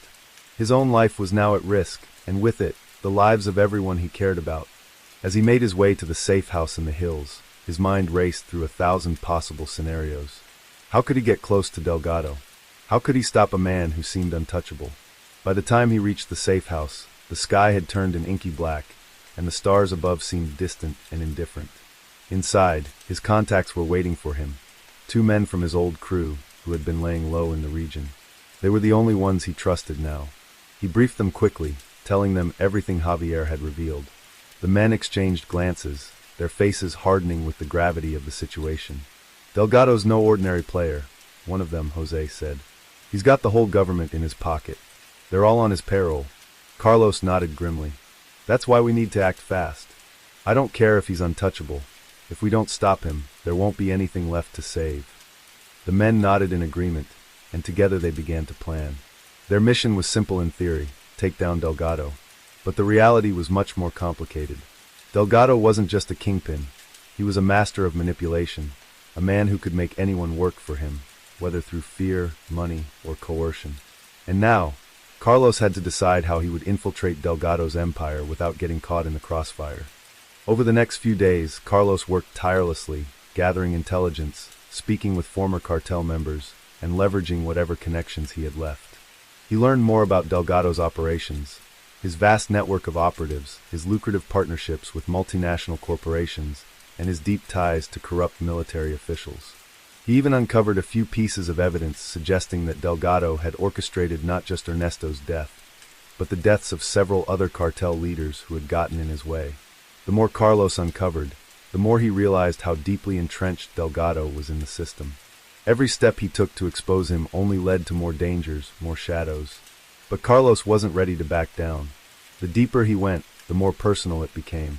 Delgado had killed Ernesto, but in doing so, he had unleashed a chain of events that had now pulled Carlos into his web. He couldn't walk away, not when he was this close. He couldn't let someone like Delgado destroy everything. The only question now was how to take him down. The answer came unexpectedly. A tip-off from an inside source, someone high up in the military, revealed Delgado's biggest weakness: his secret compound hidden deep in the mountains near Loya. It was a fortress, surrounded by heavily armed guards, surveillance systems, and escape routes. But the compound also held something else: a ledger, a physical record of Delgado's illicit activities, detailing bribes, payoffs, and all the illegal dealings that had made him the kingpin of Ecuador. If Carlos could get his hands on that ledger, he would have the evidence needed to bring Delgado down once and for all. That night, under the cover of darkness, Carlos, Jose, and the rest of his team made their way toward Loya. They moved quickly, staying off the main roads and using old smuggling routes to avoid detection. By the time they reached the outskirts of the compound, they had already made their plan. Carlos would infiltrate the compound, using a set of forged documents that would allow him to gain access as an arms dealer looking to strike a deal with Delgado's men. Jose and the others would stay behind, providing backup and covering their escape route. The plan was risky, but it was the only one they had. The compound loomed ahead, an imposing structure guarded by a network of armed men. As Carlos approached the gates, his heart pounded in his chest. This was it, the point of no return. The guard at the gate eyed him suspiciously, but waved him through after a quick inspection of his papers. Carlos's pulse quickened, but he kept his face neutral, reminding himself that this was just the beginning. He had to get inside, find the ledger, and get out before anyone realized he didn't belong. Inside, the compound was heavily fortified, with surveillance cameras mounted on every corner and armed guards patrolling the halls. Carlos kept his head down and moved quickly, blending into the background. It was a game of cat and mouse. One wrong move could mean death. He slipped into Delgado's private office, where the ledger was hidden beneath a floorboard, just as he had been told. Sweat dripped from his brow as he pried up the board, revealing the thick book that contained the evidence of Delgado's empire. As he grabbed the ledger and stuffed it into his bag, a noise from outside froze him in his tracks. A voice called out from the hallway. "Who are you?" Carlos turned, adrenaline surging through his veins. The guard had spotted him. It was now or never. He reached for his gun, knowing that the next few seconds would decide his fate. There was no turning back. Let's jump to next story. Story 8. The sun was setting over the savannah, casting long shadows across the dry earth of northern Kenya. The air was thick with dust and the distant hum of the wind, and even the wild animals seemed to retreat into the shadows as the day wound down. In the small town of Isiolo, nestled between the vast expanses of the arid landscape, a different kind of tension was rising. This was not the kind of tension that came from the weather or the changing of seasons. It was the kind that clung to the air, that seeped into the streets, and that gripped the people who lived here in fear and uncertainty. Jacob George, a former police officer turned private investigator, sat in the dimly lit office of his small agency, his fingers drumming rhythmically on the wooden desk as he stared at the report in front of him. The case had seemed simple enough at first, a missing person. But now, as Jacob read through the details once more, he realized it was anything but simple. It had all started with a wealthy businessman named Richard Okello, who had come to him with a request for help. His daughter, Amina, had disappeared without a trace. No ransom note, no phone calls, just silence.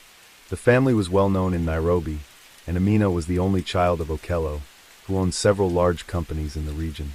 For all intents and purposes, Amina's disappearance was a tragedy waiting to happen, but there was one key detail that Jacob couldn't shake off. Okello had been strangely evasive when asked about his daughter's life, her connections, and what she had been doing in the days leading up to her disappearance. As Jacob looked deeper into the case, he uncovered a web of lies and corruption. Amina had been involved in something much bigger than anyone had realized, a criminal syndicate dealing in illegal arms trafficking. The discovery came as a shock to Jacob, who had known Okello as a respected businessman. But the deeper he dug, the more the truth came to light. Amina had been caught in the crossfire of a dangerous game, one that spanned not just Kenya, but several neighboring countries. It became clear that her disappearance was not random. It was part of a larger plan orchestrated by forces far more powerful than her father had let on. As Jacob continued to investigate, he learned that Okello's business empire was built on more than just legitimate investments. Behind the facade of a successful entrepreneur lay a tangled network of illicit deals, bribes, and connections to some of the most notorious criminal organizations in East Africa. The weapons that were being smuggled into the region were often sold to militia groups in South Sudan, Somalia, and Ethiopia, fueling conflicts that had claimed countless lives. And now, Amina had become a pawn in that game, likely kidnapped by one of these factions to ensure the business continued running smoothly. Jacob's head spun with the magnitude of the situation. It wasn't just a missing person case anymore. This was an international conspiracy, a brutal trade in weapons, and it was happening right under the noses of the authorities. Jacob's thoughts were interrupted by a knock on the door. His assistant, Miriam, stepped into the room, her face pale. She handed him a thick envelope, her hands trembling slightly. "This just came for you," she said, her voice shaky.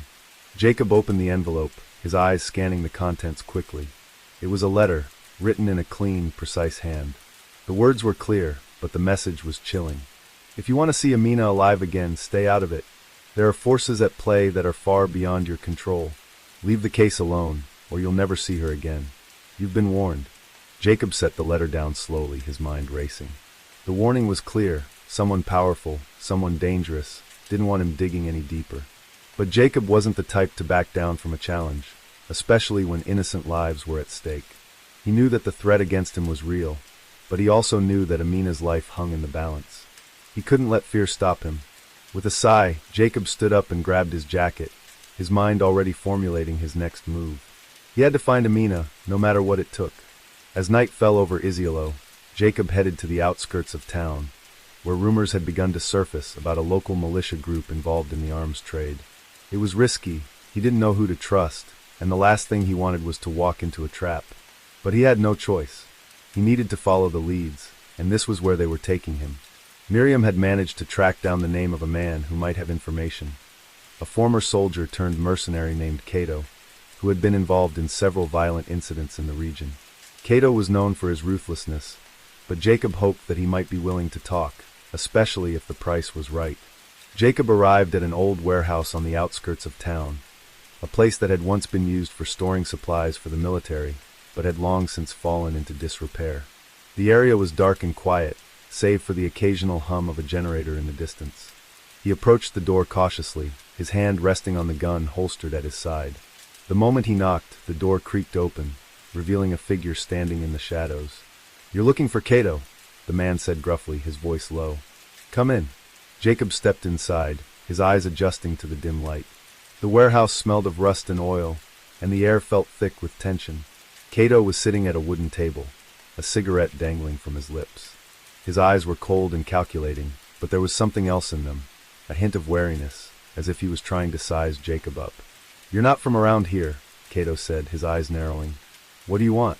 Jacob kept his voice steady, his face expressionless. "I need information about Amina Okello. She's been kidnapped. I have reason to believe your group is involved." Cato's expression shifted, just for a second, but Jacob noticed it. The man was hiding something. "Kidnapped? I don't know anything about that," Cato replied, his voice suddenly colder. "If you know what's good for you, you'll walk away." Jacob didn't flinch. He had come this far. He wasn't going to back down now. "I know about the arms trade, Cato. I know about the deals going on in South Sudan, Somalia, and Ethiopia. Amina's father is tied to it, and now she's caught in the middle. I know you're involved." Cato's lips twitched, a flicker of recognition flashing in his eyes. He leaned back in his chair, studying Jacob with an almost predatory intensity. "All right," Cato said finally, his voice low. "You want the truth? Fine, but be careful what you're asking for." Cato leaned in closer, his eyes gleaming with a mixture of amusement and caution. The air in the warehouse seemed to thicken as he spoke, his voice lowering even further. "What you don't understand, Jacob, is that in this game, there's no such thing as innocent players. Amina, she's more than just a pawn. She was chosen because of who she is. Do you think her father didn't know what was going on?" Jacob's mind raced as he processed Cato's words. He had assumed Richard Okello was an unwitting participant, a businessman in over his head. But now it seemed he might have been complicit all along, orchestrating the very network of corruption and violence that had ensnared his own daughter. Cato's smirk only deepened as he watched Jacob's realization take hold. Amina is more involved than you think. She was in the middle of something dangerous, and now she's being used as leverage to ensure certain deals go through. You might think you're here to save her, but you're walking into a storm, and I'm not sure you'll make it out alive. Jacob felt a chill run down his spine, but he kept his voice steady. "I need to know where she is. I don't care about the deals, the arms, or the power plays. I care about saving her." Cato chuckled, the sound grating against Jacob's nerves. "You're asking the wrong questions, Jacob. You're looking at the wrong side of this. The truth is, Amina is just one of many who have been caught in this. And right now, the people holding her, they're not just anyone. They answer to someone much bigger." Jacob's pulse quickened.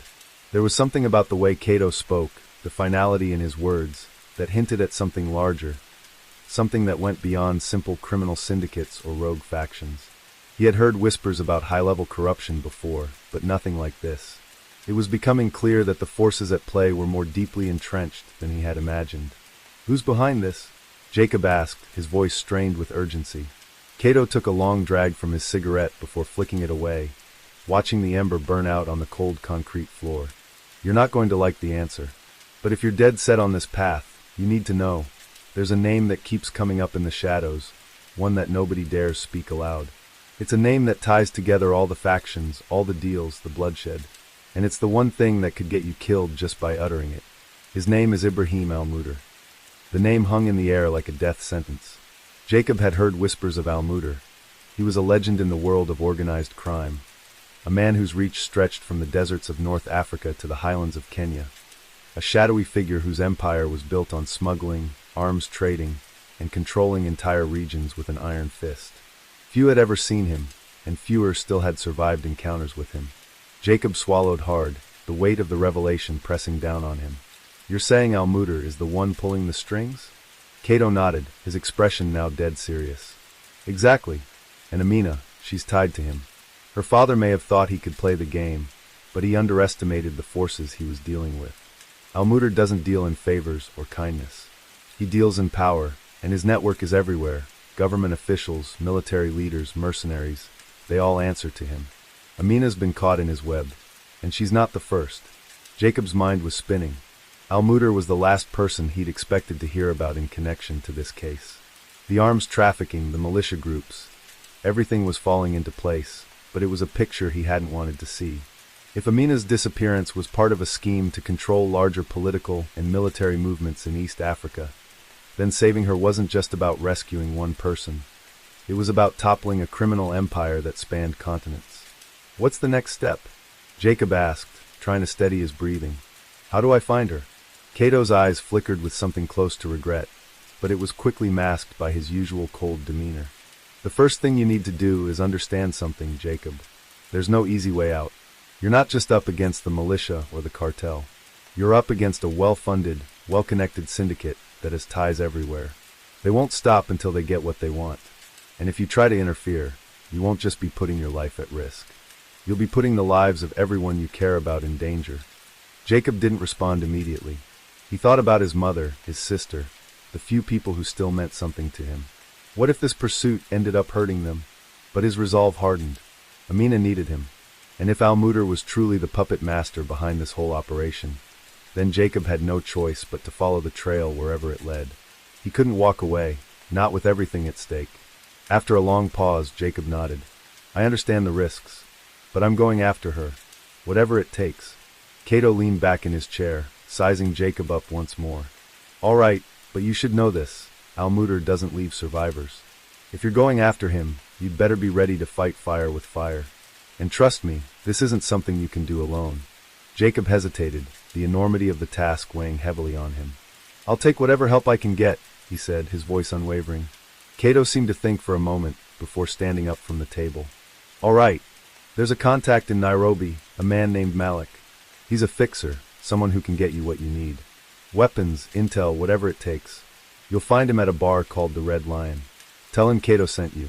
But remember this, once you step into this world, there's no turning back. You'll never be the same again. Jacob knew what Cato was saying. The path he was about to walk would change him in ways he couldn't yet comprehend. But he had already made his choice. The case of Amina Okello had become something far bigger than a missing persons report. It had become a war for control, a battle against a shadowy empire, and Jacob was about to be its next soldier. Let's jump to next story. Story 9. The rain had already soaked through his coat by the time Detective Marcus Hale reached the scene.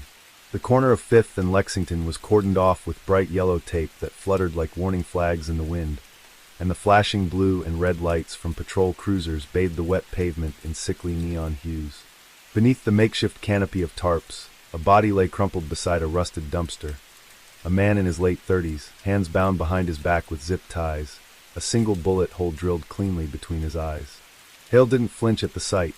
After 15 years working homicide in downtown Detroit, death no longer shocked him. What caught his attention, however, was the white business card resting neatly on the victim's chest. It was pristine despite the downpour, and it bore only a single word printed in stark black ink: Caduceus. The same calling card had appeared in 2 other murders over the past month, each killing more gruesome and calculated than the last. There had been whispers about a new player in the underworld, a syndicate no one had seen and no one could trace. The victims all had criminal ties but varying backgrounds. A loan shark in Queens, a mid-level arms broker in Atlanta, and now this man, identified by the beat cop as Leo Morano, an accountant with suspected links to cartel money laundering. Hale crouched beside the body, his breath curling in the air like smoke. The hit was surgical, the message deliberate. Whoever Caduceus was, they were sending a signal, one that cut across state lines and syndicate allegiances. The next morning brought more rain and even fewer answers. Hale sat at his cluttered desk in the precinct, staring at a digital crime map that now lit up like a battlefield. He sipped lukewarm coffee, trying to connect the dots in a war that was being fought in silence. We've got another one, his partner, Detective Reese Tanaka, said as she entered the bullpen. She looked exhausted, the bags under her eyes darker than the coffee in her mug. Jersey this time. Same MO. Hands bound, execution shot, Caduceus card. Hale swore under his breath. For bodies in 5 weeks, spread across 4 states. He pulled the case files toward him, flipping through photos and coroner's reports, his mind working through the logic of killers. Whoever this was, they weren't just eliminating rivals, they were making a spectacle. What if it's not about turf? Hale muttered aloud. Tanaka raised an eyebrow. Then what is it about? He tapped the card again. Caduceus. That's the symbol for medicine, right? A staff with snakes? She nodded. Used by medical organizations. Also by Hermes, the Greek god of commerce, thieves, trickery. Hale leaned back, the pieces shifting in his mind. Or maybe it's just a cover, a metaphor. What if this group sees themselves as some kind of cleansing force? Surgical strikes on corruption. A vigilante cartel, not just a criminal one. Tanaka gave him a look of measured skepticism. So now we're hunting down a philosophical assassin cult? Hale smirked. Wouldn't be the weirdest thing this month. The deeper they dug, the clearer the pattern became. Victims were all facilitators, people who greased the wheels of organized crime, but never got their hands bloody. Bankers, couriers, brokers, people like Leo Morano, who made sure money disappeared into shell companies and offshore accounts. Hale and Tanaka started mapping connections between victims and discovered that each one had dealings with a now-defunct investment group called Orbis Holdings. It had folded 3 years ago under allegations of fraud, but no one had been convicted. Hale remembered the case. It had been swept under the rug, federal jurisdiction, sealed documents, too many powerful names. Someone's cleaning up old messes, Tanaka said, scrolling through digital archives. Or tying off loose ends, Hale added grimly. He couldn't shake the feeling that the Caduceus group wasn't just making a statement. They were rewriting history, one corpse at a time. Their breakthrough came unexpectedly. A traffic camera on a side street in Jersey caught a black SUV, leaving the scene of the most recent murder. It had government plates. Hale's stomach sank. That wasn't just bold, it was untouchable. The plate led to a shell agency registered in D.C. that didn't officially exist. Hale pulled every string he could, calling in favors from his old academy buddies now in the bureau, and even then, all he got was a warning. Drop it, Marcus. This isn't your fight. But that only fueled his determination. If federal agencies were turning a blind eye, or worse, facilitating these killings, then justice had been hijacked by something far darker than gang politics. Hale and Tanaka began moving off-grid, using burner phones, meeting informants in diners instead of precinct rooms. The deeper they went, the more paranoid they became. Files disappeared from police databases. Surveillance footage went missing. One of their snitches was found dead in his apartment, staged as a suicide. They were being watched. It all came to a head when Tanaka didn't show up for a scheduled meeting. Her phone rang twice, then went straight to voicemail. Hale drove to her apartment and found the door slightly ajar, no signs of forced entry. Her laptop was gone. A half-drunk cup of coffee sat on the table. On the kitchen counter, next to a bottle of aspirin, was another Caduceus card. This time, a handwritten note had been added beneath the logo. You were warned. Marcus Hale stood frozen in the doorway of Tanaka's apartment, the edges of the room blurring slightly as adrenaline surged through his veins. The message was clear. This wasn't a warning, it was a declaration of war. The bastards had taken her, just like the others, only this time it was personal. The Caduceus card sat like a tombstone on the counter, its blank, emotionless design mocking him in the dim kitchen light. He scanned the apartment for clues, careful not to disturb anything. No signs of a struggle. No blood. They'd taken her quietly, efficiently, professionals. But they'd left the card on purpose. They wanted him to follow. They wanted him to chase.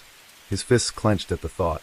If they believed he'd fall into line or back down, they had underestimated the last man on this city's force who still believed in justice without compromise.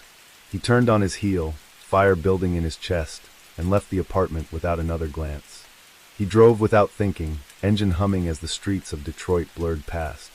He didn't go to the precinct, knowing full well that someone inside might be feeding information.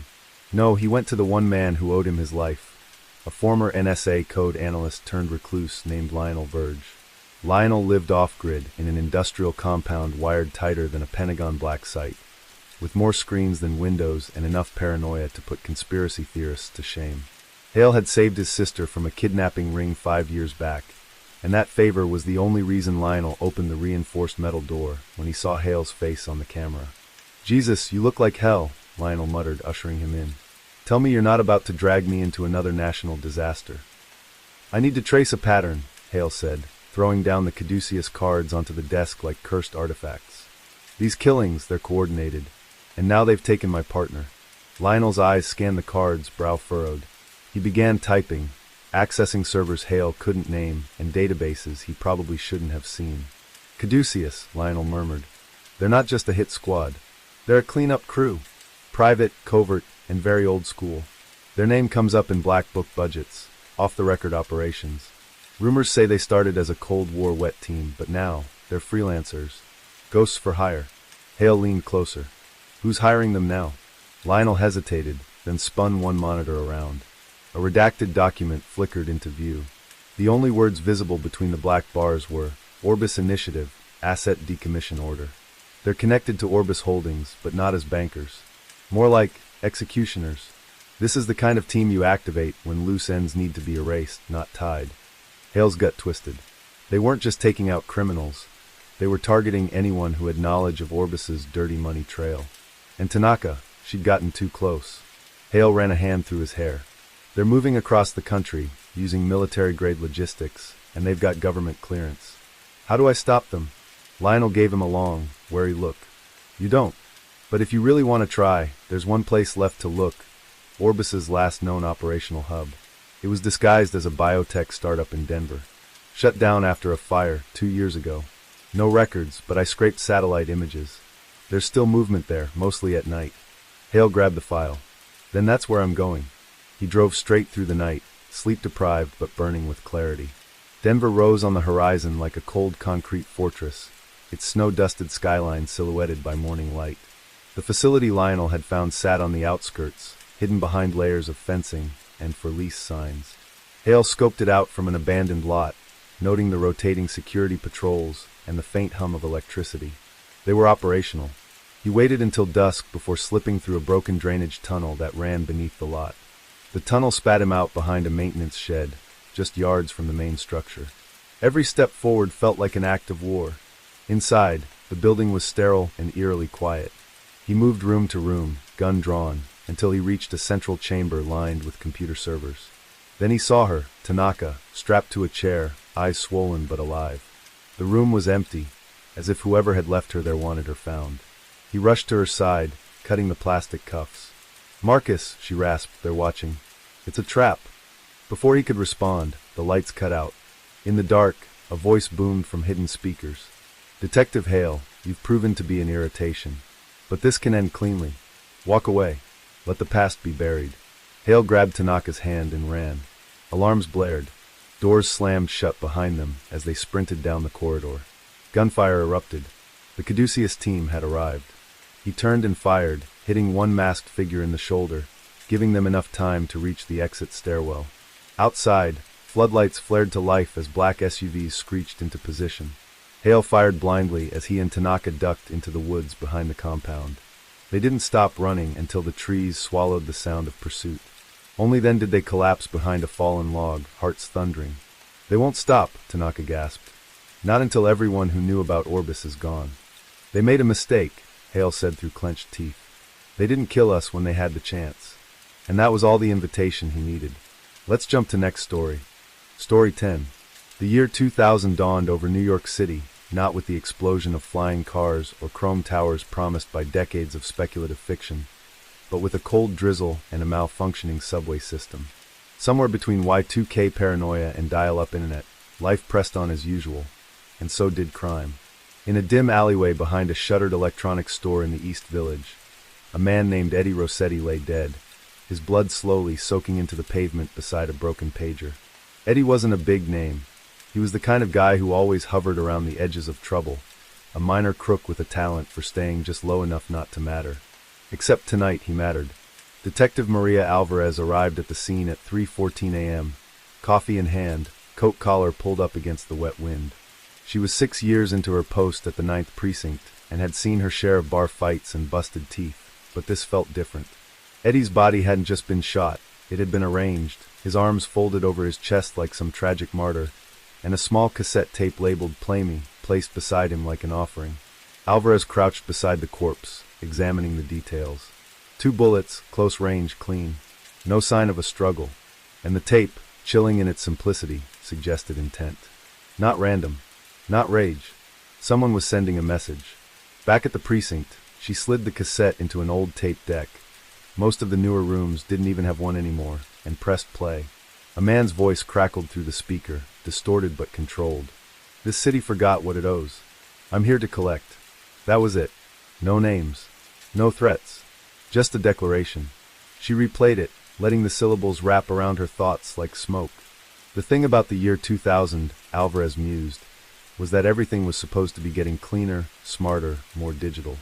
But here was someone using analog, cassette tapes, manual execution, theatrical displays, as if they were trying to drag the city back into a noir past it thought it had escaped. The ME's report confirmed what she suspected. Eddie had been dead less than 2 hours before he was found. His fingerprints matched prints on a stolen shipment of DVD players from a Jersey warehouse 3 weeks earlier. Low-level tech theft, not exactly worth killing over. But when Alvarez ran Eddie's burner phone records, one name stood out: Damian Krysek. Krysek was old-school mafia with a new millennium twist. Gone were the days of thick-accented dons and crew cuts. Krysek wore Italian suits, invested in startups, and laundered millions through real estate and tech IPOs. He operated like a CEO, but anyone who crossed him still ended up in the Hudson. Alvarez had tried to build a case against him years ago, but Krysek never left fingerprints, literal or metaphorical.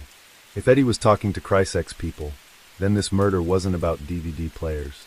It was about leverage, betrayal, or silence. She leaned back in her chair, listening to the tape again, wondering if Krysek would be so clumsy as to use something so archaic. No, this had the touch of someone else entirely, someone working beneath the radar, or worse, someone inside the system. Alvarez lit a cigarette despite the new station policy banning indoor smoking. She needed the smoke in her lungs to keep the fog out of her mind. The next day, she paid a visit to Maggie Tran, a confidential informant who once ran numbers for Krysek's East Harlem operation. Maggie was sharp, paranoid, and always 2 steps ahead of a lie detector. She lived in a walk-up above a laundromat and never answered the door until she saw you through the peephole twice. "You heard about Eddie?" Alvarez asked once they were inside. Maggie nodded, pouring tea without looking up. He was sniffing too close to the Marlowe Street job. Alvarez blinked. "What job?" Maggie looked at her like a teacher disappointed in a slow student.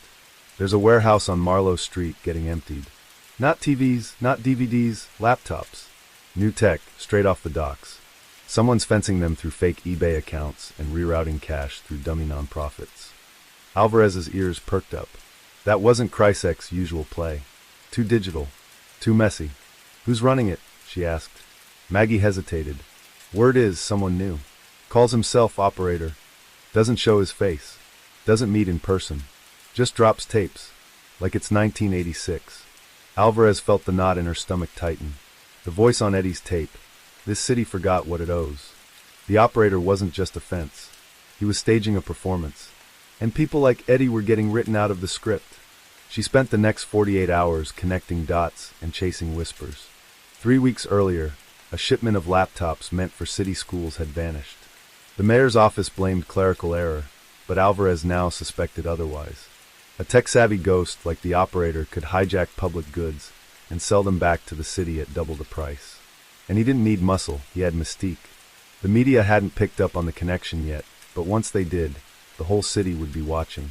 On a hunch, she returned to the crime scene and canvassed nearby stores for security footage. A bodega camera had caught a blurred figure in a trench coat dropping something near the alley around 1:40 a.m., just before Eddie's estimated time of death. She enhanced the footage, focused on the moment the figure passed beneath a flickering street lamp. What she saw chilled her. The man wore a gas station employee jacket, but his eyes locked onto the camera for exactly 1 frame. It wasn't a glance, it was intentional. He wanted to be seen. Alvarez sat in her car for a long time that night, the city humming in the background like a living, breathing monster. Somewhere out there, the operator was planning his next act. And unless she moved fast, more people were going to die for a city that had already forgotten their names. Detective Maria Alvarez barely slept. She spent most of the following day in a haze of coffee, stale pretzels, and phone calls that led nowhere. The operator was more than a name now. He was a presence, weaving himself into the city's veins like a virus that didn't want to kill, just control. The problem with ghosts is they never leave a clean trail.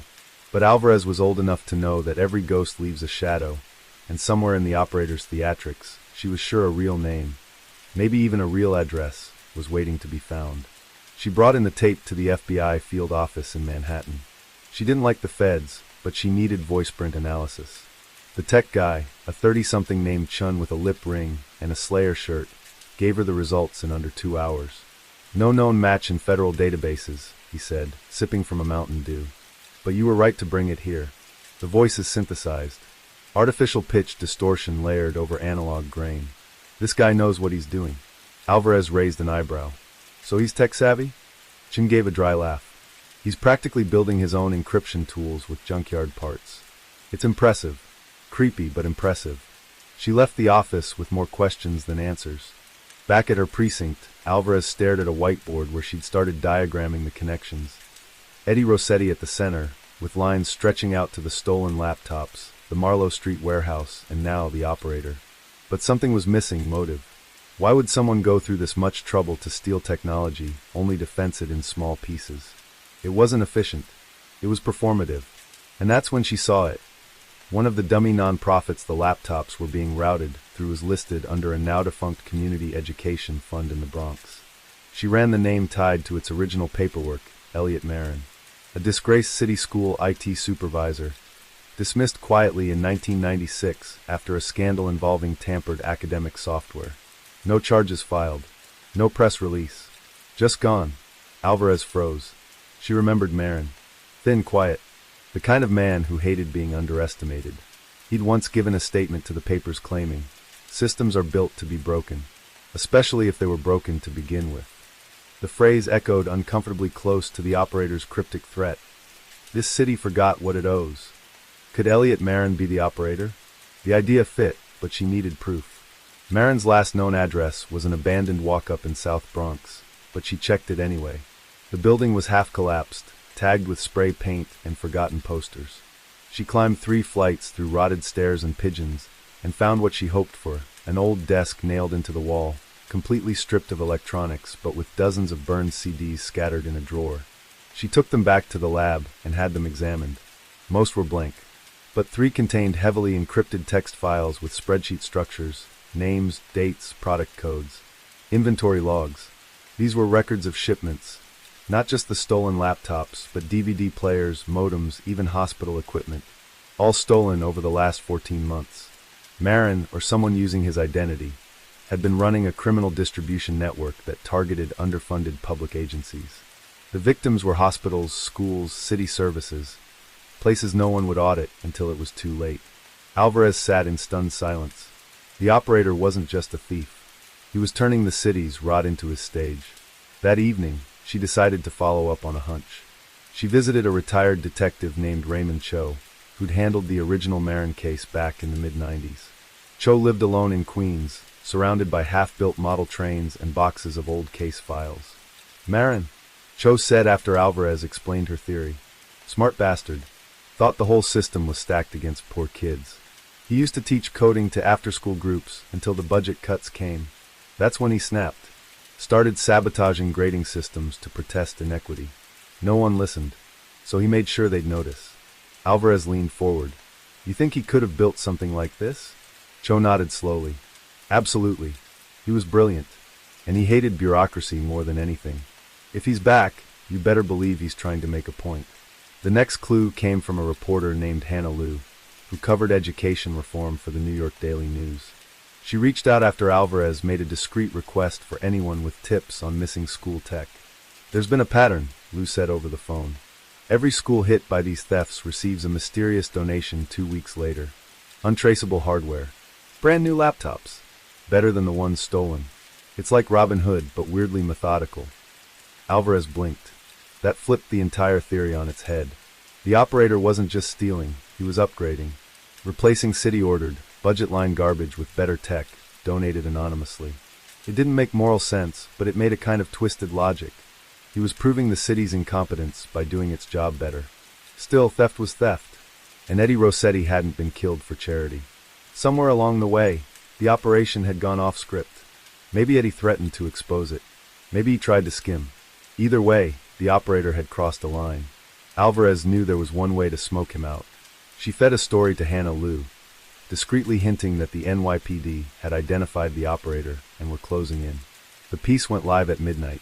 It didn't name names, but it suggested someone from the city's past was orchestrating a tech Robin Hood scheme. At 2:37 a.m., the precinct's main line received a package. No return address. Inside, another cassette tape and a burned CD. The tape was short. The same voice. "You want to see the truth? Look inside the machine." Alvarez played the CD in a secure computer. It launched a single executable. On screen appeared a series of live security feeds, real-time video of 5 different city warehouses. In each, masked figures moved quietly, offloading crates of laptops and medical devices.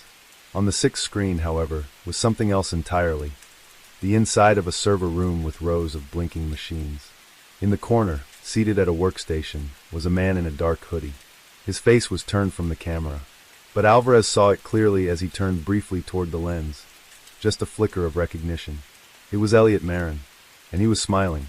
She stood up from her chair, pulse racing. Marin wasn't running. He wanted to be seen. Whatever came next, it wouldn't be quiet. The operator had written his manifesto, and now, it seemed, he was ready for the curtain to rise.